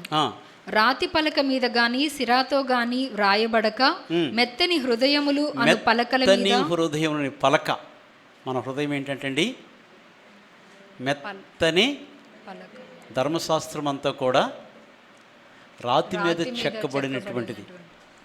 అక్కడ పరిచర్య గురించి కూడా రాస్తాడు. 2 కొరింథీ 3 అధ్యాయం అంతా మీరు చదివితే మహిమగల పరిచర్య, మరణముకు కారణము పరిచర్య, నీతికి కారణముకు పరిచర్య, శిక్ష విధికు కారణముకు పరిచర్య అని రాయబడింది. మనం అర్థం చేసుకోగలిగితే శిక్ష విధి కారణమైన పరిచర్య, నీతి విధి కారణమైన పరిచర్య, మహిమగల పరిచర్య, మరణ కారణమగు పరిచర్య అంటే మెత్తని హృదయం అనే పలక మీదట దేవుని జీవము గల దేవుని ఆత్మతో వారి హృదయాల మీద దేవుడు వ్రాస్తాడు. ఆయన యొక్క ధర్మ విధులంట వారి హృదయముల మీద వాటిని వ్రాయుదును. ఉమ్, నేను వారికి దేవుడన యుందును, వారు నాకు ప్రజల యుందురు. ఆ, వారిలో ఎవడును ప్రభువును తెలుసుకొనుడని తన పట్టణస్థునికైనను తన సహోదరునికైనను ఉపదేశము చేయడు. వారిలో చిన్నలు మొదలుకొని పెద్దల వరకు అందరూ నన్ను తెలుసుకొందురు.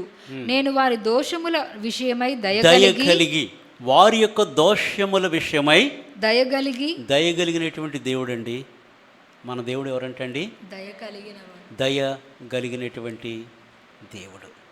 దయగలిగి ఇక వారి పాపములను ఇకను ఎన్నడూను జ్ఞాపకము అది దేవుని చేసుకొననని దయ అంటే ఇక ఎన్నడూ కూడా జ్ఞాపకము చేసుకొననని అంతే.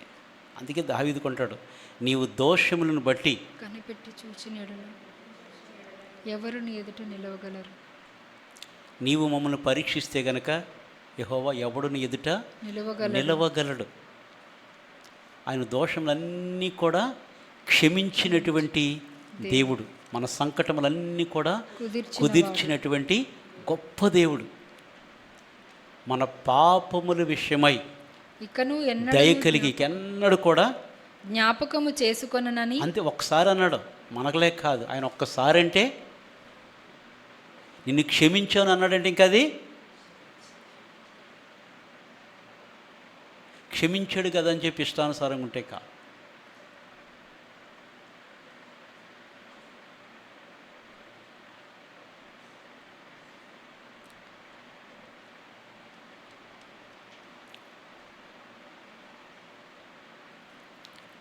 తప్పైన కుమారుడు మనం చూస్తాం కదండి. తప్పిపోయిన కుమారుడు స్టోరీ తెలియనివాడు ఎవరు కూడా ఉండరు కదా.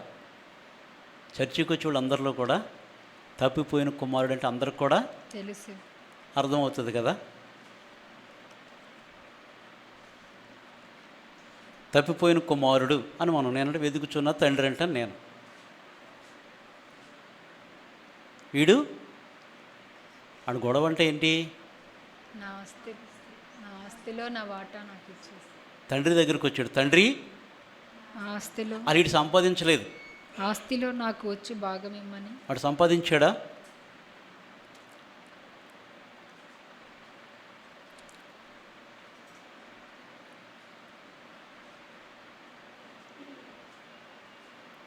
తిరిగి అంత అయిపోయిన తర్వాత వచ్చాడు. తండ్రి వాని కొరకు చెప్పులు, ప్రశస్త వస్త్రము, ఉంగరాలు అన్నీ సిద్ధం చేసి ఉంచాడు. ఆడు వచ్చేటప్పుడు ఎట్లా వస్తున్నాడు? వెళ్ళేటప్పుడేమో మామూలుగా మంచి పెర్ఫ్యూమ్ తోటి వెళ్ళాడు. మళ్ళీ నా గురించి ఎతక్కండి అంటారు, చూసారు కొందరు. బైబిల్లో చాలా ఉదాహరణలు ఉన్నాయండి. ఇంకో ఉదాహరణ చెప్పొచ్చు, కానీ మరి బైబిల్ కొంచెం టాపిక్ కొంచెం తేడా వస్తుంది. బైబిల్లో హోషై ఉన్నాడు. ఎవరైనా తెలుసా? ఎవరికైనా తెలుసా? హోషై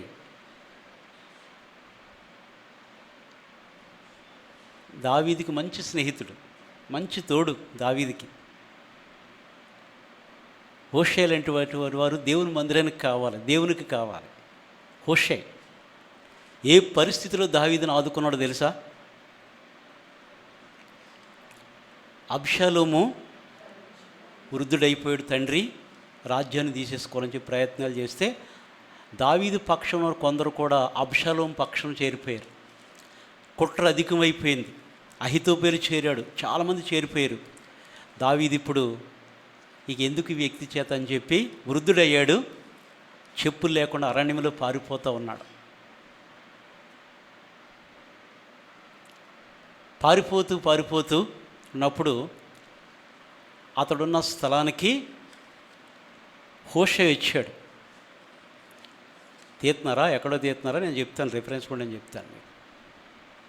నాకు మైండ్లో కొద్దిగా ఉంటుంది, తీస్తాను మొత్తం మీద. 2వ సమూయేలు 15:32, 33 ఎక్కడ ఉంటుంది అక్కడ. ఆ స్థలానికి దావీదు వస్తుంటే దేవుని ఆరాధించు స్థలం ఒకటి ఆ కొండ మీద ఉండెను. వారు అచటికి రాగా అర్కీయుడైన హూషై పై వస్త్రములు చింపుకొని తల మీద ధూళి పోసుకొని వచ్చి, తండ్రిని కుమారుడు తరుముచూ ఉంటే ఎవరో ఒక వ్యక్తి, దావీదుకు తోడుకున్న వ్యక్తి సొంత కుమారుడు తండ్రిని చంపడానికి తరుముతూ ఉంటే పాదరక్షణ లేక ఇంచుమించు 400-600 మందితో దావీదు బయలుదేరి వెళుతూ ఉన్నాడు. చుట్టూ ప్రజలు ఇరు పక్షాలు నడుస్తూ ఉన్నారు. దావీదు దుఃఖముతో కన్నీళ్ళు విడుస్తూ వెళ్తూ ఉన్నాడు. దావీదు కళ్ళెర చేతి అబ్షాలోము కనబడతాడా? గోలియాతులు అంటూనే ఒక్క ఒడిసేలతో కొట్టినట్టు, ఒడిసేల రాయితో కొట్టినటువంటి వాడు. ఆ కొండ మీద కంట ఆరాధించే స్థలము, దేవుని ఆరాధించు స్థలం ఒకటి ఆ కొండ మీద ఉండెను. వారు అచ్చటికి రాగా అర్కీయుడైన హూషై పై వస్త్రములు చింపుకొని తల మీద ధూళి పోసుకొని వచ్చి రాజును దర్శనం చేసెను. రాజు, నీవు నాతో కూడా వచ్చిన ఎడల నాకు భారముగా ఉందువు. నీవు రాజును చూసేటప్పటికి మీరు చూడండి ఆ స్టోరీ. అంత ప్రేమించిన అబ్షాలోము మీద దావీదుకు ఉద్దేశం ఏంటంటే, నా కొడుకు ఎంత అందగాడు, పైనుంచి కిందకే ఎంత బాగుంటుందో జుట్టు, కింద వరకు చేతులు ఎంత అందగాడు. ఇశ్రాయిల్లో అబ్షాలోము అంతా అందగాడు లేడు, మురిసిపోయాడు అంట కొడుకుని చూసి. ఎంత ప్రేమ పెట్టేసుకున్నాడంటే, ఒకానొక సమయంలో అబ్షాలోము చనిపోతే ఎట్లా ఏడ్చాడండి? అబ్షాలోమా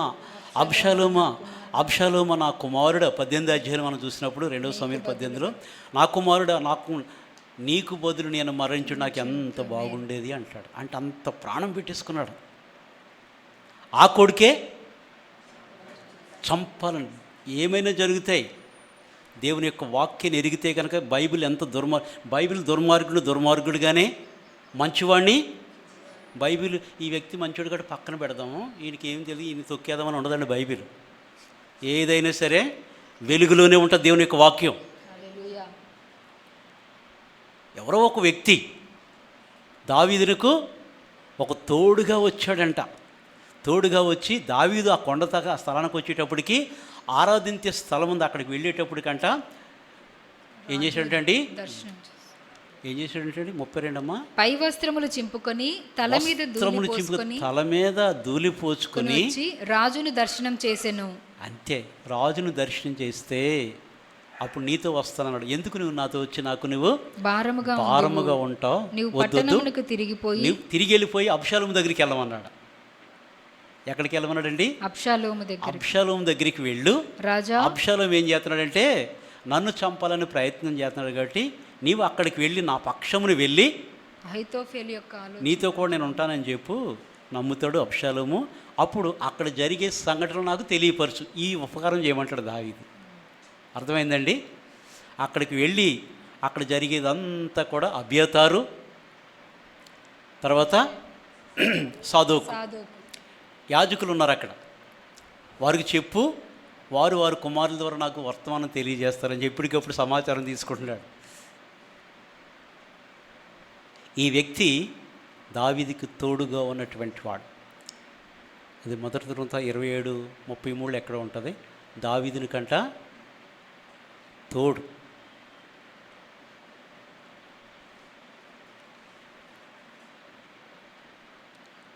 ఇరవై 27:33 అమ్మా. మొదటి దినవృత్తాంతాలు.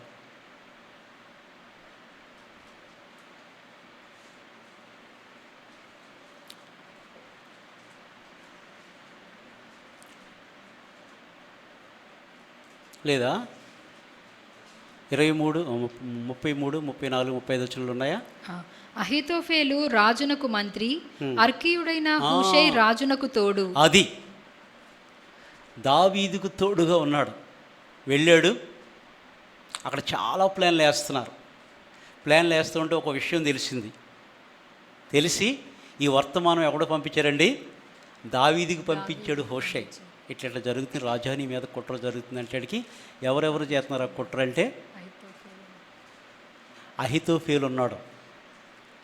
అప్పుడు అహీతోఫేలు ఆలోచనని చెడగొట్టమని చెప్పి దావీదు ప్రార్థన చేస్తాడు.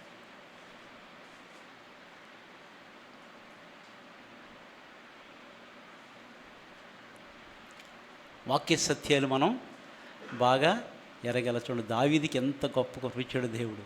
వెళ్ళాడు, అక్కడికి వెళ్ళి దావీదు పక్షాన్ని నుండి అక్కడ జరిగే సంఘటనలన్నీ కూడా ఒకసారి సలహా ఇస్తే చెప్తాడు, నాయనా చంపాలని ప్రయత్నం నీ తండ్రి సింహం గుండె వంటి గుండె గలవాడు. ఆయన ధైర్యం ముందు సింహపు గుండె వంటి వారు కూడా దిగులు చెందుతారు. మాటలు కాదు మీ తండ్రితోటి పెట్టుకోవటం అని చెప్పి చెప్తాడు. ఆ తర్వాత అబ్షలోము మరణిస్తాడు అనుకోండి. కానీ దావీదుకి దేవుడు ఏమిచ్చాడండి? ఏమిచ్చండి దావీదుకి? శాశ్వతమైనటువంటి కృప, గొప్ప కృప దేవునికి ఇచ్చాడు. అబ్షలోము దావీదుకి ఇచ్చాడు. అబ్షలోము చనిపోయాడు.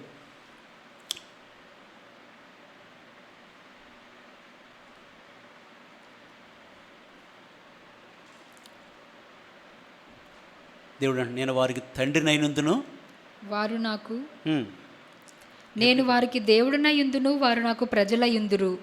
వారిలో ఎవడును ప్రభువును తెలుసుకొనుడని తన పట్టణస్థునికైనను తన సహోదరునికైనను ఉపదేశం చేయడు.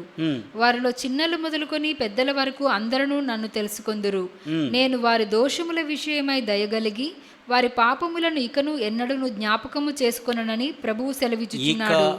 వారి పాపముల విషయమై దయ కలిగి ఎన్నడు కూడా వారి పాపాలు నేను జ్ఞాపకము చేసుకొని మన పాపాలన్నీ కూడానంట ఆయన వీపు వెనక వేసుకో వీపు వెనకతోటి ఆయన పారవేసు పాపం మబ్బు తొలగిపోయినట్టు, మంచు విడిపోయినట్లు, మబ్బు విడిపోయినట్లుగా మన పాపాలను ఆయన దూరపరిచినాడు.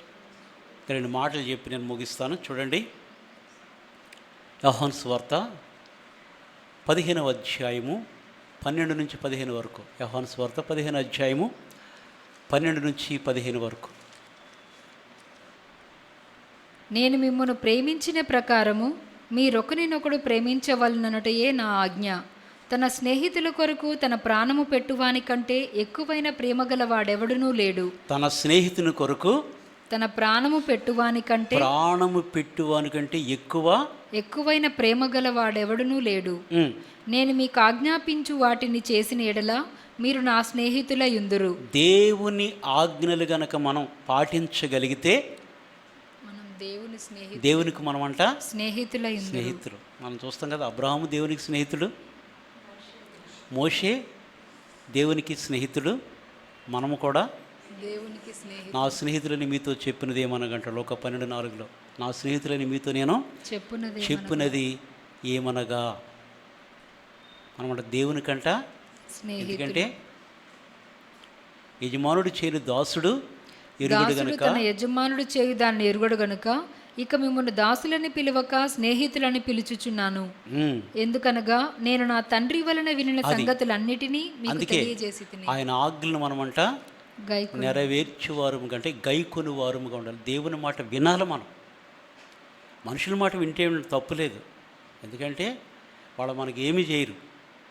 దేవుని మాట వింటే కనుక, మొన్న కదా మనం చెప్పుకున్న శుక్రవారం కదా, శుక్రవారం అద్భుతమైన మాట చెప్పుకున్నాం. వాళ్ళంట భుజాలను వేసి వెళ్ళిపోయారంట 7 ఏం చేశారండి? ప్రభు తిరిగి లేచాడు, ఇంకా అంతా అయిపోయింది, ఇంకేమీ లేదు. మనవాళ్ళు అంటూ ఉంటారు బీజేపీ ప్రభుత్వం మన బీజేపీ కానీ ఆడిది ఎవడైనా రాని, దేవుడు ఉన్నంతకాలం ఆయన కనుపాపనే ముట్టనిస్తాడా? ఒకవేళ జరిగినా ఎవడైనా రాని, అది రావటానికి వీల్లేదు. నువ్వెవరో నేనెవరో మనం ప్రార్థన చేస్తాం, ఎట్లా ప్రభువా నీ చిత్తమే జరగాలి, ప్రతి అధికారం నీ వల్ల కలిగినది.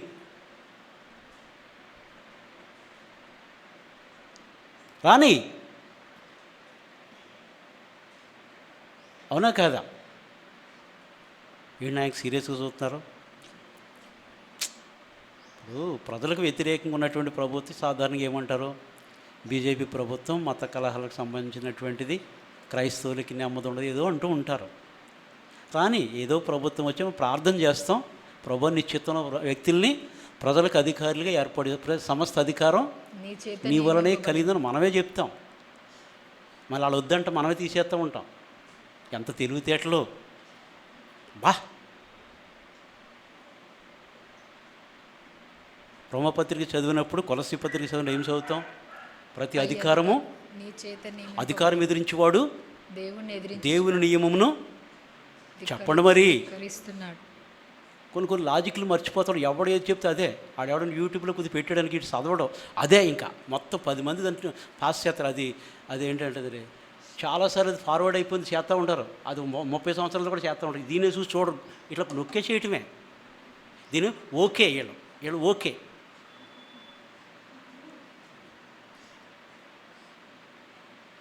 నాకు నవ్వు వస్తా చూసినప్పుడు, అబ్బా ఇటువంటి వాళ్ళు ఉండబట్టే సంఘాలు ఇలాగ ఉన్నాయి. పట్టుదల లేని వాళ్ళు, భక్తిహీనులు ఉన్న సంఘాలు ఇలాగుంటే ఎక్కడైనా ఉంటారు. అట్లాగే పట్టుదల ఉంటే వాక్యం ఏం చదువుతుందో దాన్ని పట్టుకోగలవు. ఏదొచ్చినా నీ చిత్తమే, ఆయన చిత్తమే. ఏదొచ్చినా ఆయన ఇష్టం. ఒక్కొక్కసారి కఠినుడిని ఉపయోగిస్తాడు మన మీదకి.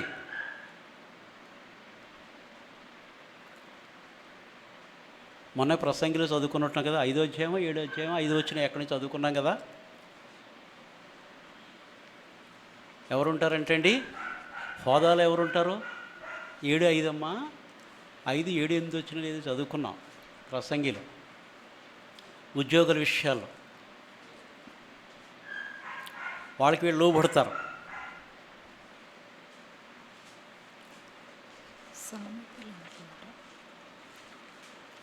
మర్చిపోయారా? నేనే తీసి చూపించినా అమ్మా. ప్రసంగిలో ఒక మాట చెప్పాను, 5వ 7 ఎక్కడో చక్కని మాట. వారికి ఒకరికొకరు ఏం చేయాలంటే అండి, లోబడతారు అమ్మా.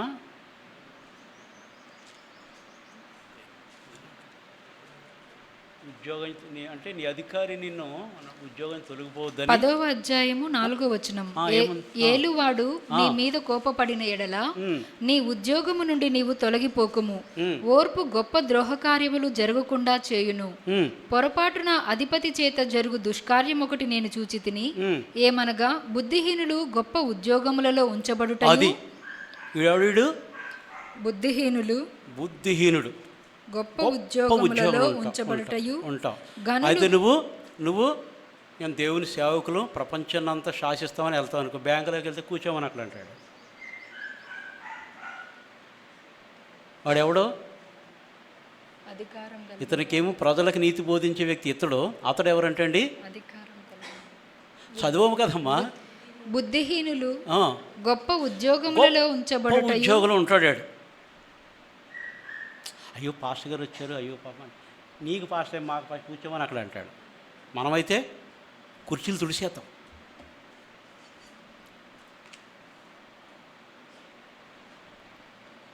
బుద్ధిహీనుడు గొప్ప ఉద్యోగములలో ఉంచబడుటయు, గనులు క్రింద కూర్చుండుటయు. అది గనులు క్రింద కూర్చుండుటయు, కింద కూర్చుండుటయు.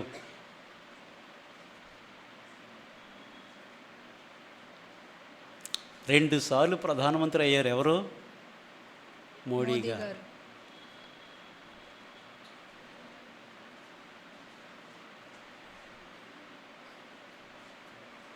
ఆయన తన గురించి చెప్పుకుంటే ఏమంటాడు?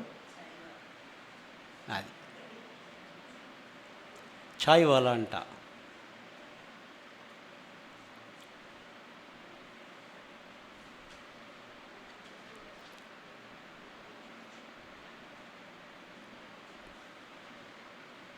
బుద్ధిహీనుడు గొప్ప ఉద్యోగములలో ఉంచబడుటయు, గనులు క్రింద కూర్చుండుటయు, పనివారు గుర్రముల మీద కూర్చుండుటయు, అధిపతులు సేవకుల వలె. అధిపతులేమో వాళ్ళకేం సేవకులు అంటే పనులంట గుర్రముల మీద కూర్చుండుటయు. అమ్మో, ఆలోచించండి. ఇదంతా చూస్తున్నాడు ఎవరు?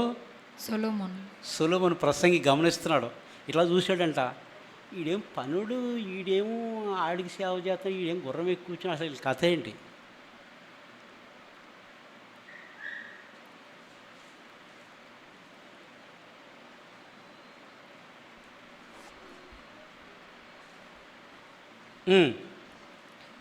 అధిపతులు సేవకుల వలె నేలను నడుచుటయు నాకు అగ్గబడెను. అందుకే భూమి అంటే వీళ్ళు బరాయించలేదంట, సామెతలు అంటాడు కదా. ఎవరిని?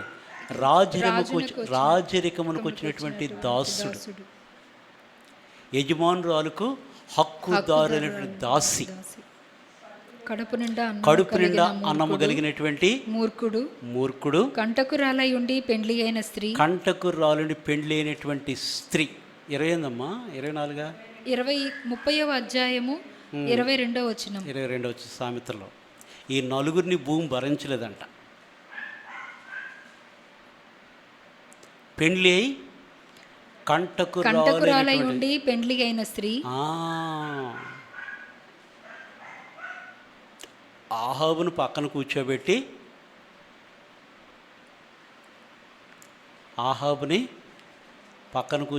అన్నీ చేయించేసింది. ఎవరు? యెజబెల్.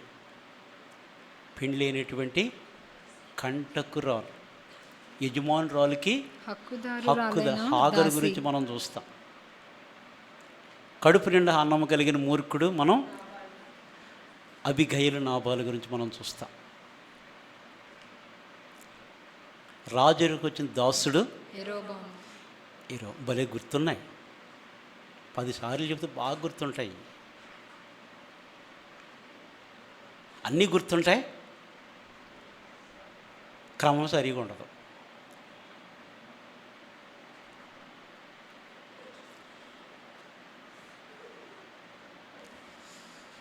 దేవునికి స్తోత్రం, హల్లెలూయా. వారి పాపల విషయం దయగలిగి ఎన్నడూ కూడా వారి యొక్క పాపములను జ్ఞాపకము చేసుకొనను అని దేవుడు వారితో ఒక నిబంధన చేశాడు. హెబ్రీ పత్రిక 12వ అధ్యాయం 24వ వచనం.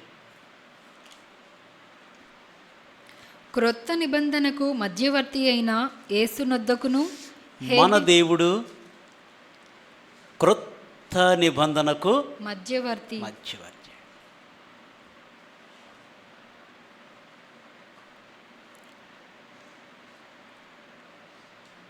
నాకు బైబిల్ గురించి సరిగా తెలియనప్పుడు, ఇప్పుడు మాత్రం ఏం తెలుసులే, నాకు బైబిల్ అసలు కొంచెం సరిగా తెలియనప్పుడు, అంటే అప్పుడు మన బైబిల్ మన చేతిలో ఉండేది, ఇంట్లో ఒక్క బైబిల్ ఉండేది మా అమ్మకి.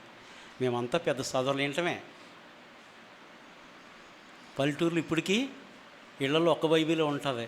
ఆడవాళ్ళు వెళ్తారు, మగవాళ్ళు అంతా హీరోలే తిరుగుతూ ఉంటారు బయట చాలా చోట్ల. నాకు తెలుసు కాబట్టి నేను చెప్తున్నా. గుడి అంటే వాళ్ళకి భక్తి అది కొంచెం కుటుంబం ఉంటే వాళ్ళకి బాధలు ఉంటే కూడా వెళ్తారు. మాకేంటి, మేము కొంచెం పాత నిబంధన కొత్త నిబంధన అంటే అర్థమయ్యేది కాదు. పాత నిబంధన అంటే అనేవారు, ఎవరిని అనుకుని తెలిసినండి. పాత నిబంధన కొత్త నిబంధన అంటే పాత నిబంధన అది మనం చదవకూడదు.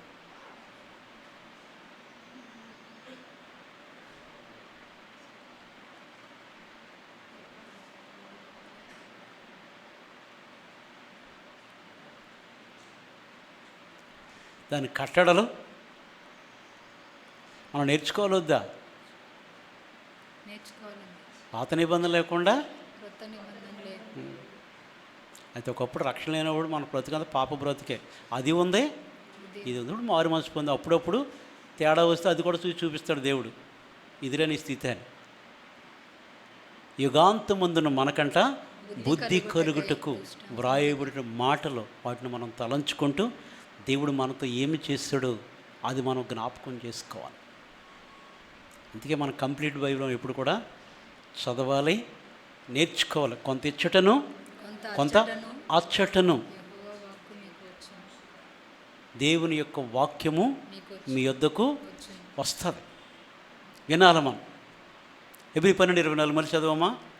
క్రొత్త నిబంధనకు మధ్యవర్తి అయిన యేసునొద్దకును, హేబేలు కంటే మరీ శ్రేష్టముగా పలుకు ప్రోక్షణ రక్తమునకును మీరు వచ్చి ఉన్నారు. అది నూతన నిబంధన, కృప నిబంధన. దేవునిలో మనం కొనసాగుట కొరకు మాట చెప్తాను చూడండి. హెబ్రీ పత్రిక 13వ అధ్యాయం 20-21. గొర్రెల గొప్ప కాపరి అయిన యేసు అను మన ప్రభువును నిత్యమైన నిబంధన సంబంధమగు రక్తమును బట్టి, నిత్యమైన నిబంధన, నిత్య నిబంధన, కృపా నిబంధన. మన ప్రభువు 13:21 అమ్మా. గొర్రెల గొప్ప కాపరి అయిన యేసు అన్న మన ప్రభువును, గొర్రెల గొప్ప కాపరి, మంచి కాపరి, ప్రధాన కాపరి, ఆత్మల కాపరి, కాపరి, గొర్రెలకు గొప్ప కాపరి అయినా గొప్ప కాపరి. గొర్రెల కొరకంట తన ప్రాణమును పెట్టిన పెట్టినటువంటి వాడు, ప్రాణం పెట్టుటకును తీసుకుని తిరిగి తీసుకుని తీసుకున్నటకు అధికారము కలిగినటువంటి వాడు. అందుకే నడుచుచున్న యేసు వైపు చూసి యోహాను అంటున్నాడు, ఇదిగో లోక పాపములు మోసుకొనుచున్నటువంటి దేవుని గొర్రె పిల్ల, దేవుని యొక్క గొర్రె పిల్ల. మన పాపాలన్నీ కూడా ఆయన మోసినటువంటి వాడు.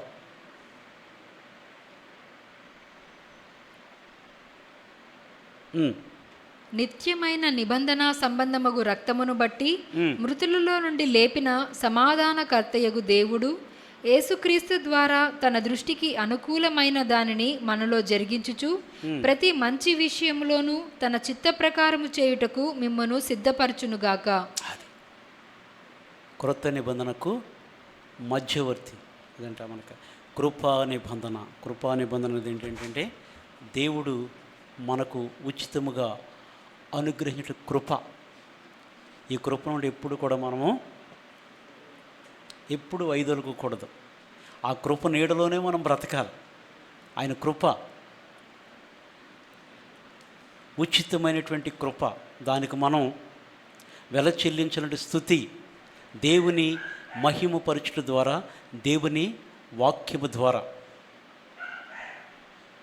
దేవుని యొక్క వాక్యము మన హృదయంలో ఉంటే మనం పాపము చేయకుండా అది కాపాడుతుంది. అందుకే దేవుని యొక్క వాక్యము నీ హృదయంలోనూ నీ నోటిలోనూ ఉండాలి. నోటిలో ఉంటే ఇక్కడి నుంచి ఇటు పోతుంది.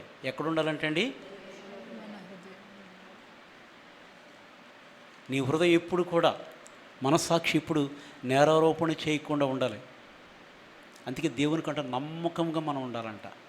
దేవునికి నమ్మకముగా ఉండాలి. ఇక చాలా మాటలు ఉన్నాయి కానీ సమయం ఇప్పటికే నాకు చాలామంది సీరియస్గా చూస్తున్నారు. ఈ ఆపరేటర్ బాబు అన్నట్టు చూస్తున్నారు. నాకు అర్థమవుతుంది, నాకు తెలుసు. నేను మామూలుగా కాదండి, మీరు అనుకున్నంత విల్సన్ బ్రదర్ కాదు. గమనిస్తాను నేను. మనిషి మాట్లాడుతూ ఉంటే ఈ ఊరికి అట్లా అంటాడు అనుకోవద్దు, అర్థమవుతుంది. దేవుని యొక్క వాక్యం అందుకే బాగా చదవాలి. దేవుని వాక్యం చాలా విలువైనటువంటిది. సరే, ఇర్మియా చెప్పిన మాట ఒకటి చెప్పి నేను ముగిస్తాను. 15:16 ఇర్మియా గ్రంథం 15:16 నీ మాటలు నాకు దొరకగా నేను వాటిని భుజించి తిని. దేవుని మాటలు దొరకగా, దేవుని వాక్యం దొరికితే వాటిని ఆహారంగా తీసుకోవాలి. బలమైనటువంటి ఆహారం అది దేవుని యొక్క వాక్యం. నీ మాటలు నాకు దొరకగా నేను వాటిని భుజించి తిని. అది అర్థమైందండి. దేవుని తోట, దేవుని యొక్క సంఘం, దేవుని యొక్క వనము అనుకుందాం. ఈ వనములో తీగలుంటాయి, రకరకాల పువ్వులు ఉంటాయి కదండి. ఆ తోటలో నడిచేటప్పుడు ఒక్కొక్క పువ్వుని బట్టి మనం ఎంత సంతోషిస్తామో, దేవుని వాక్యం దొరికినప్పుడు, మనం కూడా ఒక్కొక్క వాక్యం దొరికినప్పుడు మనం కూడా అంతే. ఇప్పుడు నేను చెప్పేదంతా కూడా మళ్ళీ చెప్తాను. నేను ఇప్పుడు చెప్పమంటే వింటానంటే నాకు అంత ఇష్టం దేవుని మీద. మనం దేవుని ఆ మక్కువ మనకు కావాలండి. మాటలు చెప్పొద్దు. మాటలు చెప్పుడు ఎప్పుడు కూడా ఇనివాళ్ళు అలాగ ఉంటారు, చెప్పుడు అలాగ ఉంటారు. దేవుని మాట మీద మనకి ఏముండాలంటే అండి, ఆ పట్టుదల, ఆ ఆశ, ఆ యొక్క ఆసక్తి ఉండాలి. నీ మాటలు నాకు దొరకగా నేను వాటిని భుజించి తిని. నేను వాటిని భుజించి తిని. సైన్యములకు అధిపతి వగు యెహోవా దేవా, నీ పేరు నాకు పెట్టబడిన గనుక, నీ పేరు నాకు పెట్టబడిన గనుక నీ మాటలు నాకు సంతోషం, నా హృదయానికి ఆనందమును అది. కలుగజేయుచున్నవి. నీ మాటలు నాకు సంతోషం, ఆనందమును, నా హృదయానికి అది ఆనందమును. అందుకే నీ మాటలు దొరకగా నేను వాటిని భుజించి తిని. మంచిది.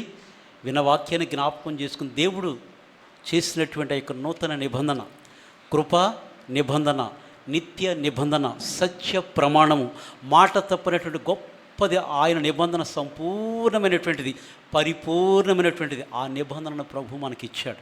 ఎందుకంటే ఆయనే సంపాదించి, ఆయన నిత్య విమోచన. ఆదాము హవ్వ తప్పు చేశారండి. దేవుడు ఏం చేశాడు? అది కానీ 3:21 చూస్తే వారు ఇరువురు కూడా తప్పు చేశారు. దేవుడు వారి విషయంలో వారిని ఏం చేశాడంటే అండి, 3:21 దేవుడైన యెహోవా ఆదామునకును అతని భార్యకును చర్మపు చొక్కాయిలను చేయించి వారికి తొడిగించెను. తప్పు చేసింది వాళ్ళు. ఏ పాపం ఎరుగట ఒక పశువు వధించబడింది, గుర్తుపెట్టుకోవాలి.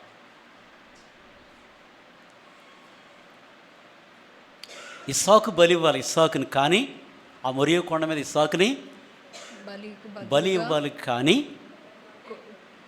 ఇస్సాకు బదులుగా ఆ యొక్క పొదలో కొమ్ములు తగులుకునేటువంటి యొక్క పొట్టేళ్ళు ఇస్సాకు మారుగా దాన్ని బలి అన్నాడు. పాపం చేసిన మానవుడు, ఏ పాపనుడు జంతువులు తిరిగి దేవుడు వారితో నిబంధన చేసుకోవడానికి విమోచకుడిగా ఆయన వచ్చి నీ కొరకు నా కొరకైనా బలి అయినటువంటి బలి పశువు, పస్కా పశువు.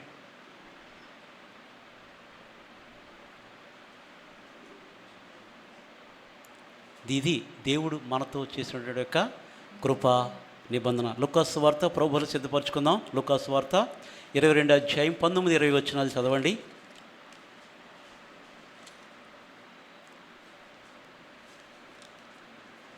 లూకాసు వార్త 22వ అధ్యాయం 19-20 వచనాలు. పిమ్మట ఆయన ఒక రొట్టె పట్టుకొని కృతజ్ఞతాస్తుతులు చెల్లించి దాన్ని విరిచి వారికిచ్చి, ఇది మీ కొరకు ఇయ్యబడుచున్న నా శరీరము. అది ఆయన ఒక రొట్టెను పట్టుకొని కృతజ్ఞతాస్తుతులు చెల్లించి ఏంటండి, దేవునిని మహిమపరిచి దానిని విరిచి వారికిచ్చి ఇది మీ కొరకు ఇయ్యబడుచున్న నా శరీరము, ఇది మీ కొరకు ఇయ్యబడుచున్న నా శరీరము, నన్ను జ్ఞాపకము చేసుకున్నట్టుకై దీనిని చేయుడని చెప్పెను. అది నన్ను జ్ఞాపకము చేసుకున్నట్టుకై దీనిని చేయుడని చెప్పెను. ఆ ప్రకారమే భోజనమైన తరువాత ఆయన గిన్నెయు పట్టుకొని, ఈ గిన్నె మీ కొరకు చిందింపబడుచున్న నా రక్తము వలనైన క్రొత్త నిబంధన. అది నా రక్తము వలన నైనా క్రొత్త నిబంధన. ఒక క్రొత్త నిబంధన. అదే నూతన నిబంధన ప్రభు మన కొరకు చేశారు. అందుకే బలలో పాలు పొందక ముందు మనం పరీక్షించుకునేది మొట్టమొదటి దేవుని వాక్యం ఏం సెలవిస్తుందంటే, 1 కొరింథీ 11వ అధ్యాయం 23-31 వరకు మనం చూస్తే కనుక అక్కడ ఏమున్నదంటే, అక్కడ చక్కని మాటలు. ఇదేంటంటే, ప్రభు శరీరమని వివేచింపక వివేచన కలిగి ఉండాలి. ఈ రొట్టె ప్రభు శరీరమని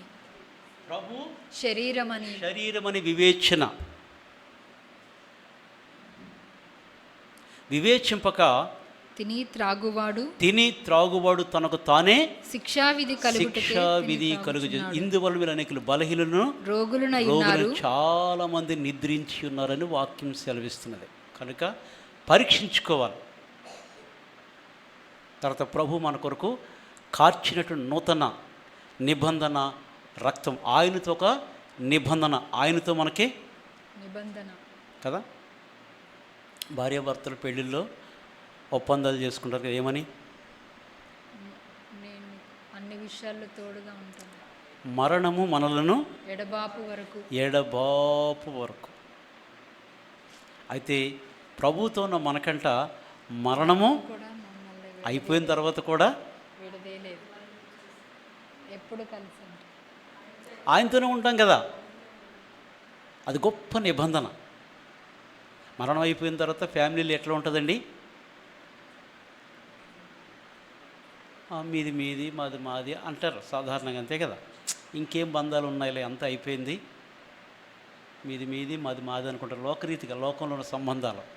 దైవత్వంతో అయితే మనం మరణించినా తిరిగి ఆయనతో, ఆయన నిబంధన నుంచి మనం ఎప్పుడు కూడా తప్పిపోము. ప్రభు అంతగా మనల్ని ప్రేమించాడు. అదే నూతన నిబంధన, కృపా నిబంధన, నిత్య నిబంధన, సత్య ప్రమాణం. ఆయన మారనటువంటి దేవుడు. అందుకే ఆయన నిబంధనలు మనం ఎప్పుడు కూడా తొలగిపోకూడదు. ప్రభువు గనక అందుకే ఈ కృప బాగా తెలుసు కాబట్టి, నా కుమారుడా సొలొమోనా ముగింపులు అంటాడు దావీదు, నువ్వు ఆయన ప్రేమిస్తే హృదయపూర్వకంగా ప్రేమించమంటాడు. ఒకవేళ నీవు ఆయనను ఎరుగను అని అంటే నిన్ను ఆయన శాశ్వతంగా తోసేస్తాడు. ఇది మాత్రం జ్ఞాపకం ఉంచుకొని చెప్పి సొలొమోనుకి దావీదు చెప్తాడు. దేవుని కృప చాలా విలువైనటువంటిది. చాలా భయం కలిగి, భక్తి కలిగి ఈ యొక్క రక్షణ మనము కాపాడుకోవాలి. దేవుడి కొద్ది మాటలు దీవించి ఆశ్రయించును గాక.